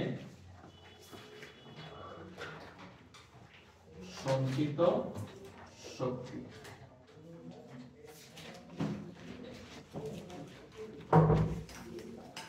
পরের টপিকটার নাম লেখা হচ্ছে একক আয়তনে সঞ্চিত শক্তি। আসলে এটা কি ভাই একটু বুঝাই, তোমরা ভাই একটু বলো তো, এই যে শক্তিটা এই যে এখানে লেখা আছে, এই শক্তিটা কোথায়? তারে। এই শক্তিটা কোথায় আছে ভাইয়া? তারে। এখন তোমার কাছে একটা প্রশ্ন, যেমন ভাইয়া বললাম আমরা এই ঘরে 10 জন আছি, তাতে এই ঘরে 10 জন আছে, এই কথার মানে কি? এই ঘরের যে আয়তন, এই আয়তনের মধ্যে আমরা আছি, বুঝো না কথা? মানে একটা ঘরের মধ্যে আমরা 10 জন আছি বা একটা ঘরের মধ্যে আমরা 50 জন আছি, এই কথার মানে কি? এই ঘরের যে আয়তন, যেমন ভাইয়া বললেন না বাংলাদেশের আয়তন এত, বাংলাদেশে এতজন আছে, এই কথার মানে কি? বাংলাদেশের এই আয়তনের মধ্যে এতজন মানুষ আছে, এটাই তো বুঝায়। তাহলে আমরা যে এই শক্তিটা বের করছি বলতে এটা তারের মধ্যে এই শক্তিটা আছে, এই কথার মানে কি? তারের যে আয়তন, ওই আয়তনের মধ্যে এই শক্তিটা কি আকারে আছে? সঞ্চিত আছে বা জমা আছে। এখন একটা তারের দৈর্ঘ্য হচ্ছে, তার আগে একটা কথা জিজ্ঞেস করি, বলতো তারটাকে টেনে যখন তুমি লম্বা করে ফেলছো, তারটার আয়তন সেম আছে না ভিন্ন হয়ে গেছে? বাড়ছে না কমছে?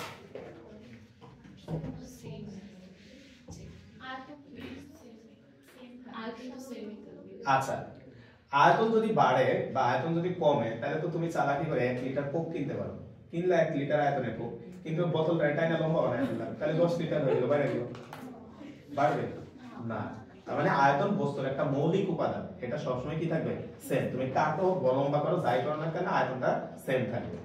এখন ভাই আয়তন যদি সেম থাকে আমরা এটা বলতে পারি কিনা দেখো তো, তারের আয়তন সমান সমান হচ্ছে a l, অর্থাৎ তারটা বলতে আমরা জানি আয়তন মানে তো দৈর্ঘ্য প্রস্থ উচ্চতা, দৈর্ঘ্য আর প্রস্থ গুণ করলে কি হয় ক্ষেত্রফল, তাহলে ক্ষেত্রফলের সাথে উচ্চতা গুণ দিয়ে দিলে কি হয়ে যাবে আয়তন। তাহলে আমরা লেখা হচ্ছে সুতরাং এই যে শক্তিটা সঞ্চিত আছে কোন আয়তনে আছে ভাই, a l আয়তনে, তাহলে আমরা লিখতে পারি a l আয়তনে সঞ্চিত শক্তি সমান সমান হচ্ছে W। তাহলে সুতরাং একক আয়তনে সঞ্চিত শক্তি সমান সমান হচ্ছে W ডিভাইডেড বাই হচ্ছে AL। তাহলে একক আয়তনে যে শক্তিটা সঞ্চয় থাকতেছে সেটা হচ্ছে W ডিভাইডেড বাই হচ্ছে AL। এখন ভাইয়া এই যে নিচে এখনো ভাইয়া লিখে রাখছি যে W এর একটা মান বের করা আছে, এই মানটা আমরা এখানে বসায় দিচ্ছি। তাহলে এই মানটা যদি আমরা এখানে বসায় দাও W, তাহলে এটা আসবে হচ্ছে YA small l square divided by হচ্ছে 2l ডিভাইডেড বাই হচ্ছে AL।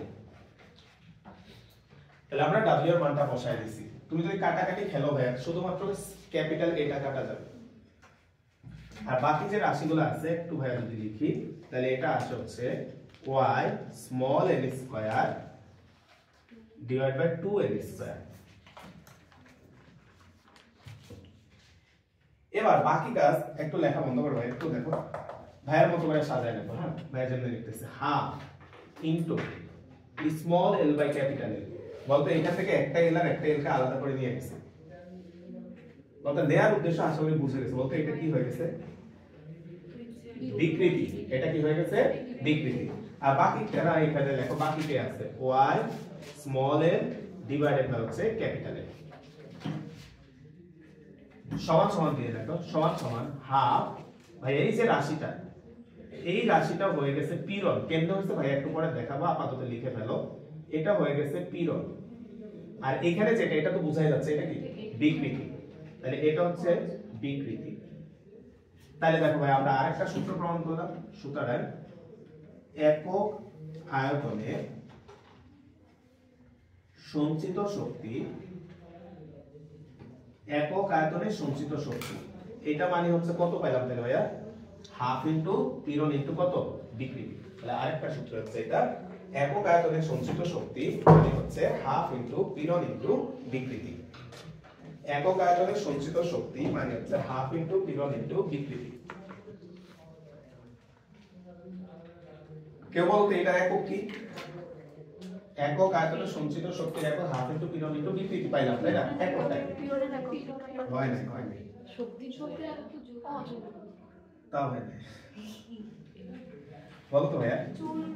হ্যাঁ জুল পার মিটার কিউব, বলো তো এইখান থেকে আসছে না, এটা এখান থেকে আসছে না, তাহলে তো W এর একক কি জুল, L তো আয়তন, তাহলে এটার একক কি মিটার কিউব, তাহলে এককটা দাঁড়াচ্ছে জুল পার মিটার কিউব। তাহলে এখানে একটু এক জায়গায় লিখে রাখো একক, এটার এককটা হচ্ছে জুল পার মিটার কিউব, তাহলে এটার এককটা হচ্ছে জুল পার মিটার কিউব। এখন ভাই একটু সাইডে এটা একটু দেখাই দিব, এটা পীড়ন কেন্দ্র হলো। হ্যাঁ এখানে একটু দেখাই দিচ্ছি এটা পীড়ন কেন্দ্র হলো, এটা পীড়ন কেন্দ্র হলো ভাই, এখানে একটু রাখতে দেখাই দিচ্ছি। তুমি একটু খেয়াল করো তো, আমরা যে সূত্রটা জানি, আমরা জানি y ইকুয়াল হচ্ছে fl divided by a small l। তাহলে এখানে ভাই একটু খেয়াল করো স্মল l টাকে এই পাশে গুণ করে দিচ্ছি ভাই, তাহলে y by small l, capital l টাকে এদিকে ভাগ করে দিলাম, কত থাকে বলতো ভাই f বাই a, আর f বাই a মানে কত পীড়ন। ছাত্র বাচ্চারা বলে, আমরা এখন বড় হইছি আমরা বলবো পীড়ন, বুঝছি ভাই? তাহলে এই যে এখানে কিন্তু এটা বসাইছি yl বাই l, এই যে yl বাই l, এই জায়গায় আমরা হচ্ছে পীড়নটা বসাইছি।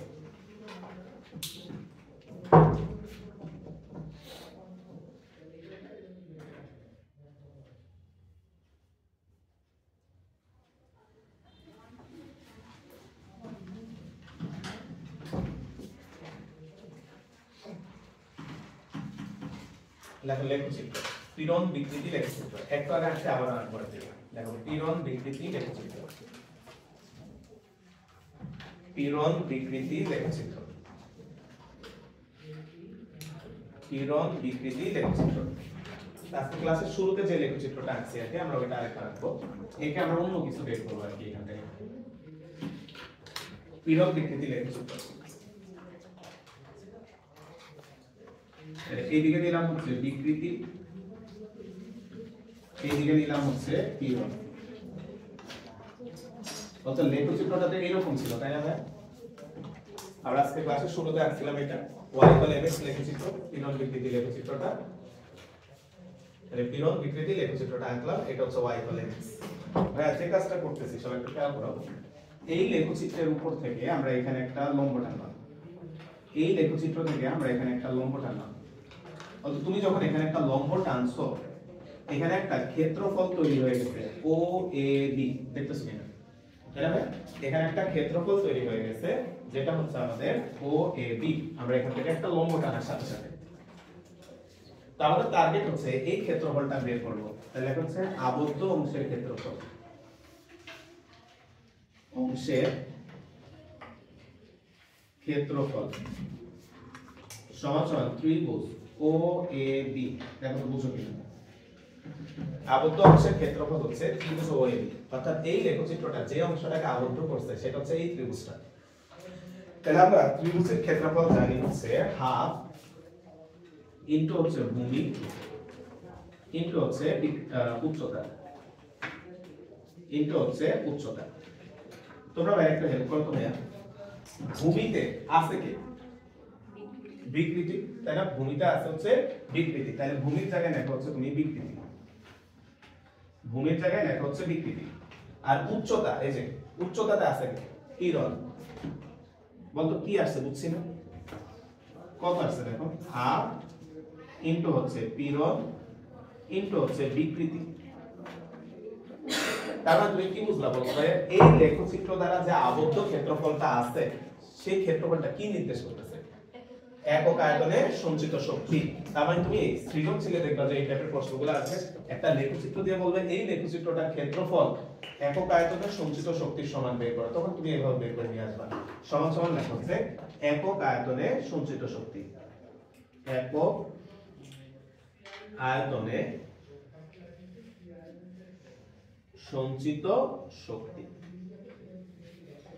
এই লেখচিত্র থেকে দুইটা এমসিকিউ আসতে পারে একটা এমসিকিউ এই যে এটাই যে পীড়ন বিকৃতি লেখচিত্র দ্বারা আবদ্ধ ক্ষেত্রের ক্ষেত্রফল কি নির্দেশ করে তাহলে অপশনে থাকবে কি ভাইয়া একক আয়তনে সঞ্চিত শক্তি আরেকটা আসে হচ্ছে পীড়ন বিকৃতি লেখচিত্রের ঢাল কি নির্দেশ করে যেটা আজকে ক্লাসের শুরুতে করছে কি স্থিতিস্থাপক গুণাঙ্ক তাহলে দুইটা নোট লেখো নোট দুইটা নোট লেখো নোট এক নম্বর নোটটা লেখো পীড়ন বিকৃতি পীড়ন বিকৃতি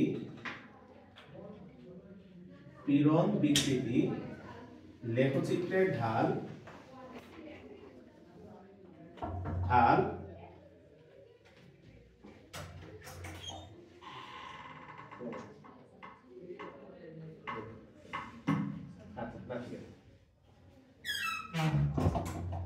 পীড়ন বিকৃতি লেখচিত্রের ঢাল স্থিতিস্থাপক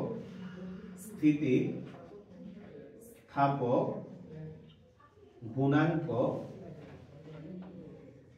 নির্দেশ করে তাহলে পীড়ন বিকৃতি লেখচিত্রের ঢাল স্থিতিস্থাপক গুণাঙ্ক নির্দেশ করে আর দুই নম্বর পয়েন্ট হচ্ছে পীড়ন বিকৃতি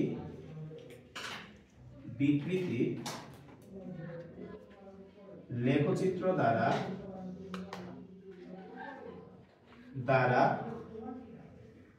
আবদ্ধ ক্ষেত্রের ক্ষেত্রফল একক আয়তনে সঞ্চিত শক্তি নির্দেশ করে তাহলে পীড়ন বিকৃতি লেখচিত্র দ্বারা আবদ্ধ ক্ষেত্রের ক্ষেত্রফল একক আয়তনে সঞ্চিত শক্তি নির্দেশ করে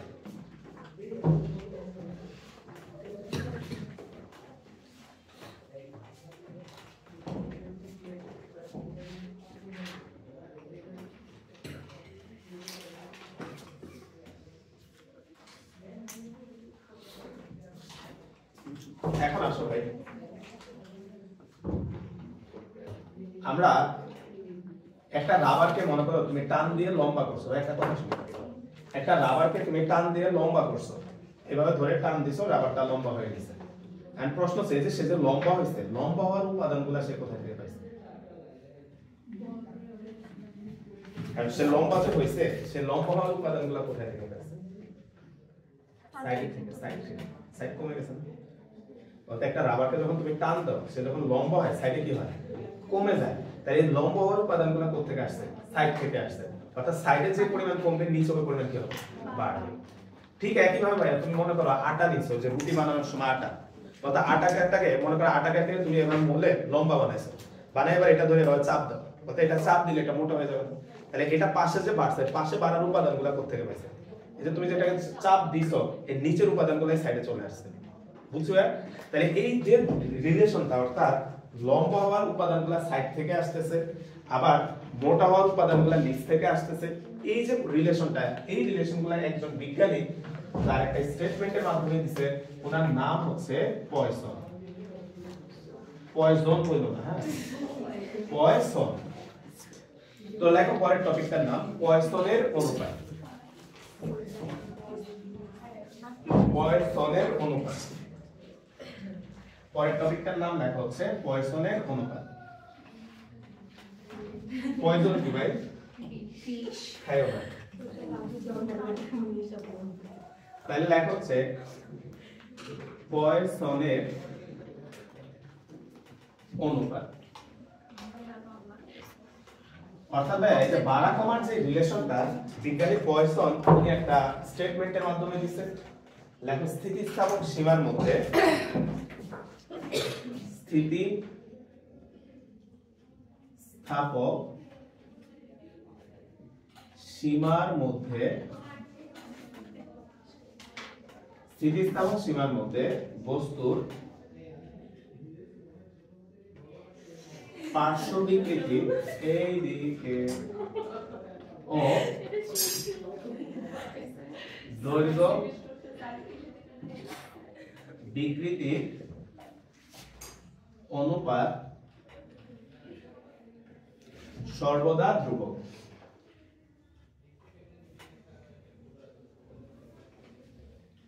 স্থিতিস্থাপক সীমার মধ্যে বস্তুর পার্শ্ব বিকৃতি ও দৈর্ঘ্য বিকৃতির অনুপাত সর্বদা ধ্রুবক।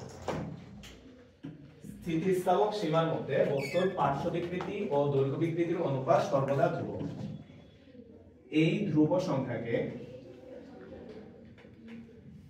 সংখ্যাকে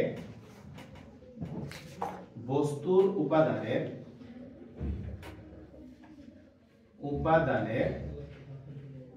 পয়সনের অনুপাত বলে। এই ধ্রুব সংখ্যাকে বস্তুর উপাদানের পয়সনের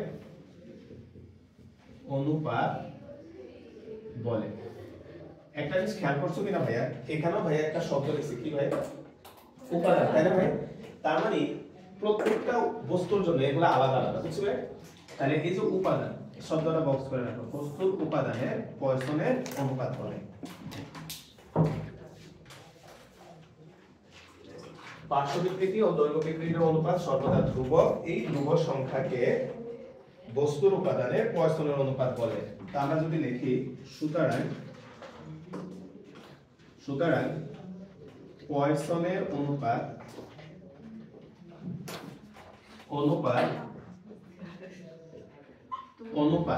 এটাকে প্রকাশ করা হয় ভাই সিগমা দ্বারা। পয়সনের অনুপাত সিগমা সমান সমান উপরে আসবে পার্শ্ব বিকৃতি আর নিচে আসবে হচ্ছে দৈর্ঘ্য বিকৃতি। সংজ্ঞা কিন্তু এটাই বলছে, এদিকে খেয়াল করো তো, পার্শ্ব বিকৃতি আর দৈর্ঘ্য বিকৃতির অনুপাতই হচ্ছে কি? পয়সন অনুপাত। তাহলে আমরা অনুপাত মানে জানি ভাগ আকারে থাকবে, তাহলে পয়সন অনুপাত সিগমা সমান সমান হচ্ছে আমাদের পার্শ্ব বিকৃতি ডিভাইডেড বাই হচ্ছে দৈর্ঘ্য বিকৃতি। তাহলে পয়সন অনুপাত সিগমা সমান সমান হচ্ছে পার্শ্ব বিকৃতি ডিভাইডেড বাই হচ্ছে দৈর্ঘ্য বিকৃতি। এখন একটা মান কত আমরা সেটা বের করব। তো ভাইয়ের সাথে একটা সুন্দর করে ছবি আঁকো। আমাদের একটা ছবি আঁকি এখানে, এটা হচ্ছে মুসনা। আচ্ছা, ম্যাজিক একটা ছবি আঁকি ভাই, আগে আঁকি পরে তোমরা আঁকো, হ্যাঁ, নাহলে মিলাইতে পারবা। আমরা মনে করলাম এখানে একটা তার দেখেছি, তারটা একটু বড় করে দেখেছি।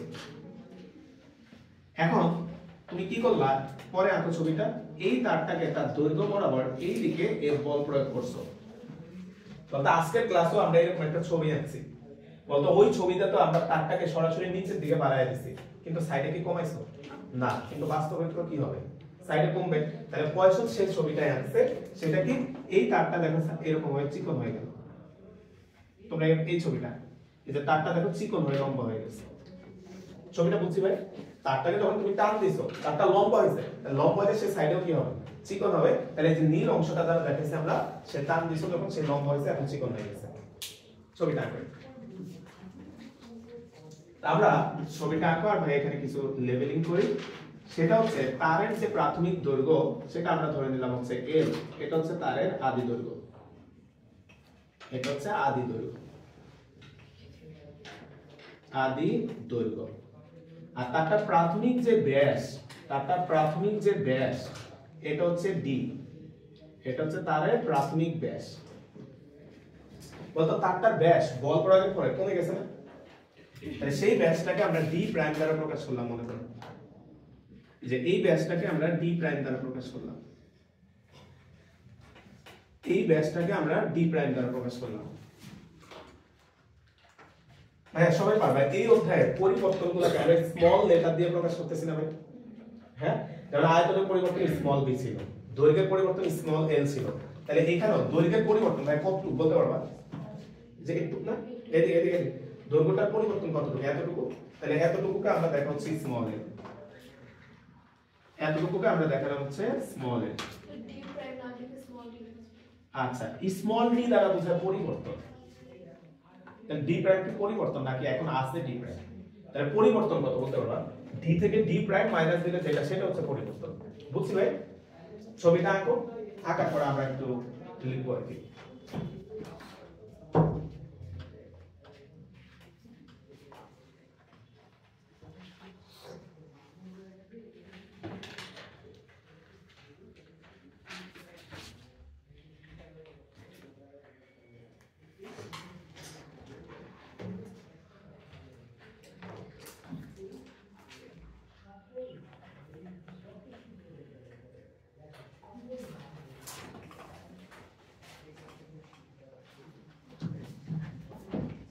আচ্ছা, তো ভাই যদি লিখি ব্যাসের পরিবর্তন, ব্যাসের পরিবর্তন small d, d minus d prime, ব্যাসের পরিবর্তন সমান সমান d মাইনাস d প্রাইম। একটা একটু কথা না, একটু ভাইকে হেল্প করি। সেটা হচ্ছে বলতে এই অধ্যায়ে বিকৃতির একদম শুরুতে ভাইয়া বাংলায় যে সংজ্ঞাটা লিখছিলাম, বিকৃতির সংজ্ঞাটা ছিল মাত্রার পরিবর্তন ডিভাইডেড বাই আদি মাত্রা। বিকৃতি মানে তো এটাই ছিল, তাই না ভাই? মাত্রার পরিবর্তন বাই আদি মাত্রা। তাহলে তোমরা ভাইয়া একটু হেল্প করবা। সুতরাং পার্শ্ব বিকৃতি, এটা যদি ভাইয়া লিখতে চাই, পার্শ্ব বিকৃতি বলতো মাত্রার পরিবর্তন মানে ব্যাসের পরিবর্তন কত, স্মল d ডিভাইডেড বাই আদি মাত্রা, আদি মাত্রা মানে আদি ব্যাস, আদি ব্যাস কত ছিল d, তাহলে স্মল d বাই d হচ্ছে পার্শ্ব বিকৃতি। বুঝছো ভাই? স্মল d বাই d হচ্ছে পার্শ্ব বিকৃতি। ভাই আবার বলতেছি, বিকৃতির মেইন যে সংজ্ঞাটা ছিল সেটা ছিল মাত্রার পরিবর্তন বাই আদি মাত্রা। তাহলে মাত্রা হিসেবে আমরা এখানে নিয়েছি ব্যাস, তাহলে সূত্রটা হলো ব্যাসের পরিবর্তন ডিভাইড বাই আদি ব্যাস। এবার আসলে আমরা দৈর্ঘ্য বিকৃতি যদি লিখি, তাহলে এবং দৈর্ঘ্য বিকৃতি, এবং দৈর্ঘ্য বিকৃতি এটা তো আমরা জানি small l by capital S, দৈর্ঘ্যের পরিবর্তন বা আদি দৈর্ঘ্য। তাহলে সুতরাং পয়সনের অনুপাত, অনুপাত সিগমা, কত উপরে কত আসবে ভাই? D prime D by D, কারণ কি সূত্র ছিল কি পার্শ্ব বিকৃতি বাই দৈর্ঘ্য বিকৃতি, তাহলে D by D, small D by capital D, আর দৈর্ঘ্য বিকৃতি small L by capital L. তাহলে এইখান থেকে ফাইনালি হচ্ছে সিগমার সূত্রটা আমরা পাবো হচ্ছে ডিএল ডিভাইডেড বাই ডিএল। তাহলে ভাইয়া বুঝতেই পারতেছো এই সূত্রটা যদি বুঝে একটু মুখস্থ না করো, কোণ এল উপরে কোণ এল নিচে, কোণ ডি উপরে কোণ ডি নিচে, কাঁচায় ফেলবা সূত্র। তাহলে ভালো কি বলো তোমরা কি মনে রাখা, তুমি বাংলাটা মনে রাখো, পার্শ্ব বিকৃতি বাই দৈর্ঘ্য বিকৃতি। পার্শ্ব বিকৃতি মানে কি, বিকৃতি মানে কি উপরে স্মলটা নিচে কি ক্যাপিটালটা, তাহলে পার্শ্ব বিকৃতি small D by capital D, দৈর্ঘ্য বিকৃতি small L by capital L. ভুলে গেলে এক লাইন করে সূত্রটা বাইর করে নিবা, বুঝলে? এখন এই সূত্রটার কিছু কারেকশন আছে, আসো আমরা এবার কারেকশনটা দেখি। সেটা কি, এই সূত্রটার কিছুটা কারেকশন আছে, আসলে একটু বুঝাই, এটা লেখা লাগবে না, তোমরা একটু খেয়াল করো। বলো তো ভাইয়া, আমরা যে এখানে পড়লাম সিগমা সমান সমান হচ্ছে পার্শ্ব বিকৃতি ডিভাইডেড বাই হচ্ছে দৈর্ঘ্য বিকৃতি। ভাইয়া একটু খেয়াল করো, এইখান থেকে ভাইয়া যদি পার্শ্ব বিকৃতিটা বের করি, এটা লেখার দরকার নেই, একটু বুঝো, ভাইয়া পরে বুঝাই লিখে দিই। এটা আসবে সিগমা ইনটু হচ্ছে দৈর্ঘ্য বিকৃতি। এবার তোমরা ভাইরা বলো তো এই রিলেশনটার দিকে একটু খেয়াল করো, বলতো দৈর্ঘ্য বৃদ্ধি যদি ঘটে, দৈর্ঘ্য যদি বলতো দৈর্ঘ্য বিকৃতির সাথে পার্শ্ব বিকৃতির সম্পর্কটা কি সমানুপাতিক। এবার তুমি ভাইরা বলো তো দৈর্ঘ্যের যদি বিকৃতি ঘটে, মানে দৈর্ঘ্য বৃদ্ধি ভাইয়া বললাম, দৈর্ঘ্যের যদি বৃদ্ধি ঘটে তাহলে পাশেও কি ঘটবে, কেমন হয়ে গেল না কথা? দৈর্ঘ্য যদি বাড়ে পাশে কি বলছে, মাত্রই আমরা থিওরি পড়াইছি পাশে কি হবে, কমবে। কিন্তু আবার এই সূত্রতেই আমরা দেখতে পাচ্ছি যে দৈর্ঘ্য যদি বাড়ে পাশেও কি হচ্ছে, বাড়তেছে। আবার এই সূত্রে একটা কারেকশন আছে অবশ্যই, বুঝবে? তো সেই কারেকশনটা পরবর্তীতে ধরা পড়ছে, সেটা কি ভাইয়া বলো তো ভাইয়া, দৈর্ঘ্য বাড়লে পাশে বাড়তেছে, কিন্তু পাশে তো বাড়বে না, পাশে কি হচ্ছে আমরা বাস্তবে দেখতেছি। তাহলে ভাইয়া আমরা যদি এখানে একটা মাইনাস ব্যবহার করে দিই, এদিকে খেয়াল করো, এখানে যদি আমরা একটা মাইনাস ব্যবহার করে দিই, বলতো তুমি দৈর্ঘ্য বাড়তেছে, তুমি একটু আগে বলছো পাশেও বাড়তেছে, তাহলে মনে করো 2 4 6 বাড়তেছে ভাই, কিন্তু শুরুতে একটা মাইনাস দিয়ে দিলে এবার বলো তো ভাই বাড়তেছে না কমতেছে? এই কারণে এই সূত্রের পরবর্তীতে কারেকশন করে একটা মাইনাস চিহ্ন ব্যবহার করা হয়, বুঝবে? আমরা এখন ওইটাই লিখব। এখন যদি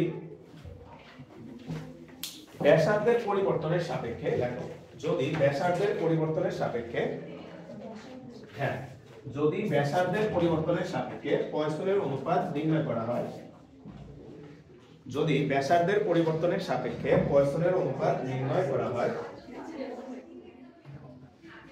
যদি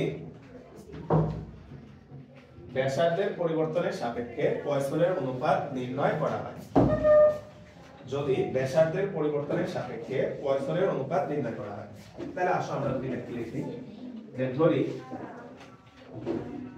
প্রাথমিক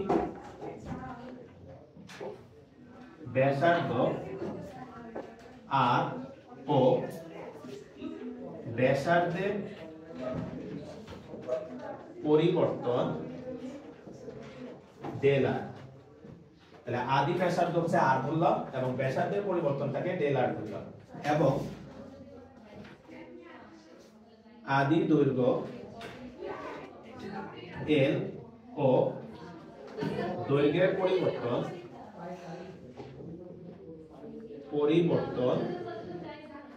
ডেল এল। তাহলে এখানে ভাইয়া পরিবর্তনগুলো কি স্মল লেটার দিয়ে না ধরে আমরা জানি পরিবর্তন প্রকাশ করতে আমরা ডেল চিহ্নটাও ব্যবহার করি, তাই না ভাই? তাহলে আমরা পরিবর্তনটাকে ডেল দ্বারা তারা প্রকাশ করছে। তাহলে আসলে ভাই আমরা যদি এই সূত্রে মানটা বসাই, সিগমা সমান সমান minus del R divided by R, আর দৈর্ঘ্য বিকৃতি ডেল এল ডিভাইডেড বাই হচ্ছে এল। এখন ভাই দেখো হঠাৎ করে এখানে মাইনাস নিয়ে আসছি আমরা, তাহলে এই মাইনাসটাকে গোল্লা দিয়ে বুঝাও, এই মাইনাসটা কি নির্দেশ করতেছে? এইটা নির্দেশ করতেছে দৈর্ঘ্য বৃদ্ধি পেলে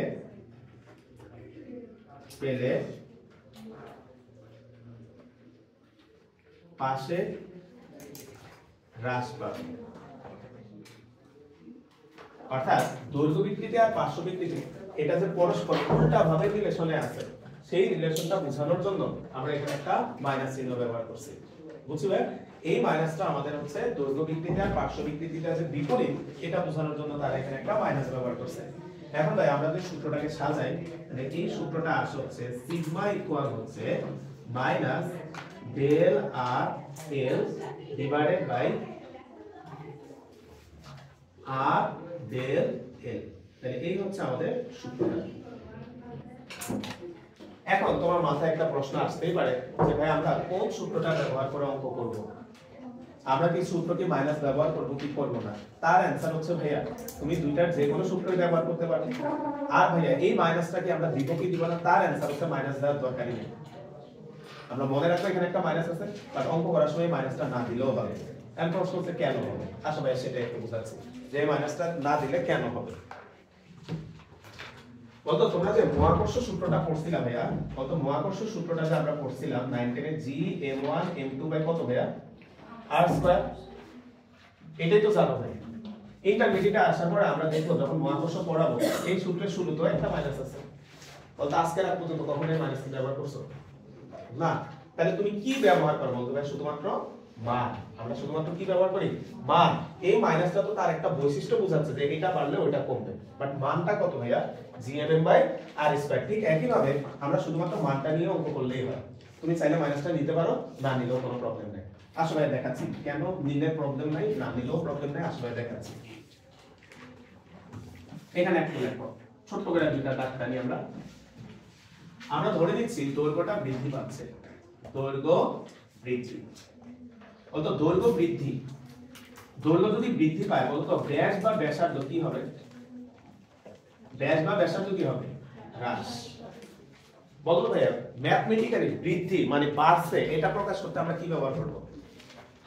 প্লাস। আর কমছে এটা বোঝাইতে, তাহলে বলতো ভাইয়া ম্যাথে দৈর্ঘ্য বৃদ্ধি তার মানে ডেল এল, একটা এদিকে ভাইয়া ডেল এল এর চিহ্নটা হচ্ছে প্লাস, আর ব্যাসার্ধ হ্রাস তাহলে ডেল আর এটা চিহ্ন কেমন আছে? মাইনাস। তাহলে এই সূত্রে তুমি আবার মানগুলা যদি প্লাস মাইনাস গুলা বসাও, এখানে একটা মাইনাস আছে ভাইয়া। ডেল আর এর চিহ্নটা কি আসছে ভাইয়া? মাইনাস। ডেল এল এর চিহ্নটা কি আসছে ভাইয়া? প্লাস। বলতো আলটিমেটলি সিগমার চিহ্ন কি আসে? সিগমা চিহ্ন কি আসে ভাইয়া? প্লাস। এবার আসো তার উল্টাটা কি হতে পারে? দৈর্ঘ্য বৃদ্ধি না হয়ে দৈর্ঘ্য হ্রাস হতে পারে। দৈর্ঘ্য যদি হ্রাস প্রশ্নে যদি এটা বলা থাকে তাহলে ডেল এল এর চিহ্ন তুমি কি ব্যবহার করবা? মাইনাস। তাহলে দৈর্ঘ্য যদি হ্রাস হয় তাহলে ব্যাসার্ধ কি হবে? বৃদ্ধি। ব্যাসার্ধ বৃদ্ধি, তাহলে ডেল আর বৃদ্ধি এটা হবে প্লাস। তাহলে সিগমার চিহ্নটা যদি বের করো ভাইয়া তাহলে ডেল আর প্লাস ডেল এল মাইনাস, তাহলে সিগমার চিহ্ন এখন আসতেছে কি? প্লাস। এবার তুমি ভাইরা বলো তো তুমি যদি পরীক্ষায় ভাই কথা শোনো পড়ে দেখো, তুমি যদি পরীক্ষায় ম্যাথ করার সময় সূত্র হিসাবে এই মাইনাস সহ সূত্র লেখো তাহলে তোমার এই ঝামেলাগুলো কিন্তু করতে হবে। মানে বৃদ্ধি হলে প্লাস, হ্রাস হলে মাইনাস, প্লাস মাইনাস এসব ঝামেলা যেতে হবে। তাহলে তুমি দেখো তো ফাইনালি সিগমার রেজাল্টটা কেমন আসছে? দুই ক্ষেত্রে প্লাস। তাহলে তোমার চিহ্নটা নেওয়ারই দরকার নেই, চিহ্ন নেওয়ারই দরকার নেই। তুমি চিহ্ন ছাড়াই অঙ্ক করে ফেলবা। তোমার মাথায় টার্গেট থাকবে আমার রেজাল্টটা কি আনতে হবে ভাইয়া? প্লাস আনতে হবে, কারণ সিগমার মান অলওয়েজ কি থাকতেছে ভাইয়া? প্লাস। তাই তুমি যদি চিহ্ন ব্যবহার করো তখন তোমাকে এইগুলোরও চিহ্ন বসাইতে হবে। তাতে আমি এটা চিহ্ন বসাবো না, তাহলে এগুলোরও কোনো চিহ্ন বসানো লাগবে না। বুঝছো ভাই কি বলছি? আসো আমরা লাস্ট যে কন্ডিশনটা আছে দৈর্ঘ্য বৃদ্ধি ও পার্শ্ব বৃদ্ধি। এখন তোমাদের কাছে ভাই প্রশ্ন, এটা কি সম্ভব কিনা? দৈর্ঘ্য বাড়বে পার্শ্ব বাড়বে, এটা সম্ভব না। তাই ব্র্যাকেটে আমরা লিখে রাখবো কাল্পনিক।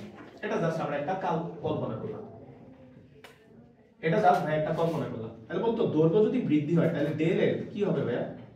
প্লাস। পার্শ্ব যদি বৃদ্ধি ঘটে তাহলে ডেল আরো কি হবে ভাইয়া? প্লাস।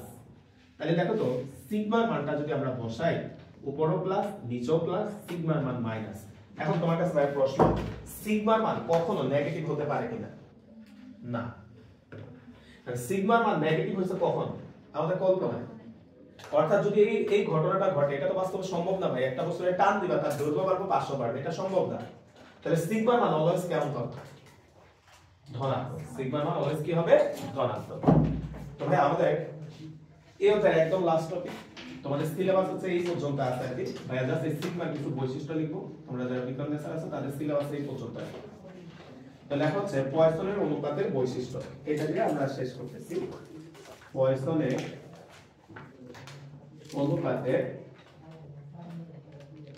বৈশিষ্ট্য তো আমরা আগামী ক্লাস হচ্ছে ম্যাথগুলো করব আমাদের থিওরি এতটুকুই আছে পয়সনের অনুপাতের বৈশিষ্ট্য তো ভাইয়া একটা করে বৈশিষ্ট্য লিখতেছি তোমরা একটু দেখো এক নাম্বার যেটা আছে তাত্ত্বিকভাবে এর মান -1 এর কম প্লাস হাফের বেশি হয় না এবং প্লাস হাফের বেশি হয় না সবাই একটু খেয়াল করতো একটু আগে যে ভাই আপনি একটু আগে বুঝালেন মাইনাস হয় না সিগমা কিন্তু এখানে বৈশিষ্ট্য আবার লেখছেন এর মান কত কত শুরুতেই বলে দিয়েছে কি তাত্ত্বিক মানে খাতা কলমে তো মাইনাস আনতে পারে আমরা বুঝছো আচ্ছা এরপর লেখা হচ্ছে 2 নাম্বার এর সীমা -1 less or equal sigma less or equal half অর্থাৎ এর মানটা সবসময় এই রেঞ্জের ভিতরে তাত্ত্বিকভাবে থাকে কিন্তু বলতো তাত্ত্বিকভাবে এর মান এর মধ্যে থাকে কিন্তু বাস্তবে কি মাইনাস মানটা হবে না তাহলে লেখা হচ্ছে বাস্তবে এর মান সর্বদা ধনাত্মক বাস্তবে এর মান সর্বদা ধনাত্মক বাস্তবে এর মানটা সর্বদা ধনাত্মক তাহলে বাস্তবে এর মানটা সর্বদা ধনাত্মক তাহলে এর সীমাটা হচ্ছে এরকম 0 less or equal sigma less or equal half এটা হচ্ছে তার বাস্তব সীমাটা ঠিক আছে এর বাস্তব সীমাটা হচ্ছে এটা তারপর 4 নম্বরে দেখো 4 নম্বর অধিকাংশ ধাতব পদার্থের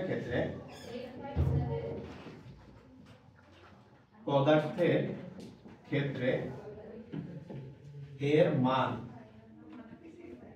0.3 অধিকাংশ ধাতব পদার্থের ক্ষেত্রে এর মানটা হচ্ছে 0.3 আর সর্বশেষ ভাইয়া এর মান ঋণাত্মক তখনই হবে এর মান ঋণাত্মক তখনই হবে যদি দৈর্ঘ্য বৃদ্ধির সাথে সাথে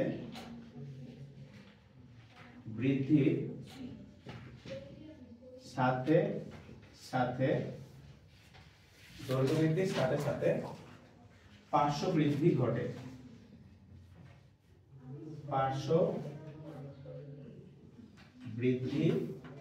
ঘটে তাহলে এর মান ঋণাত্মক তখনই হবে যদি দৈর্ঘ্য বৃদ্ধির সাথে সাথে পার্শ্ব বৃদ্ধি ঘটে এখন প্রশ্ন হচ্ছে এটা সম্ভব কিনা না যা বাস্তবে অসম্ভব তাহলে এটা সম্ভব না ঠিক আছে ভাই তো তোমাদের যে সিলেবাস বা আমাদের বিগত কয়েক বছর যে শর্ট সিলেবাসে আমাদের এই অধ্যায়টার দুইটা পার্ট আছে একটা হচ্ছে স্থিতিস্থাপকতা আর একটা হচ্ছে প্রবালী তো স্থিতিস্থাপকতার সিলেবাস হচ্ছে এই পর্যন্ত আমরা পুরো থিওরিটা শেষ করলাম আমরা নেক্সট ক্লাসে ম্যাথগুলো দেখব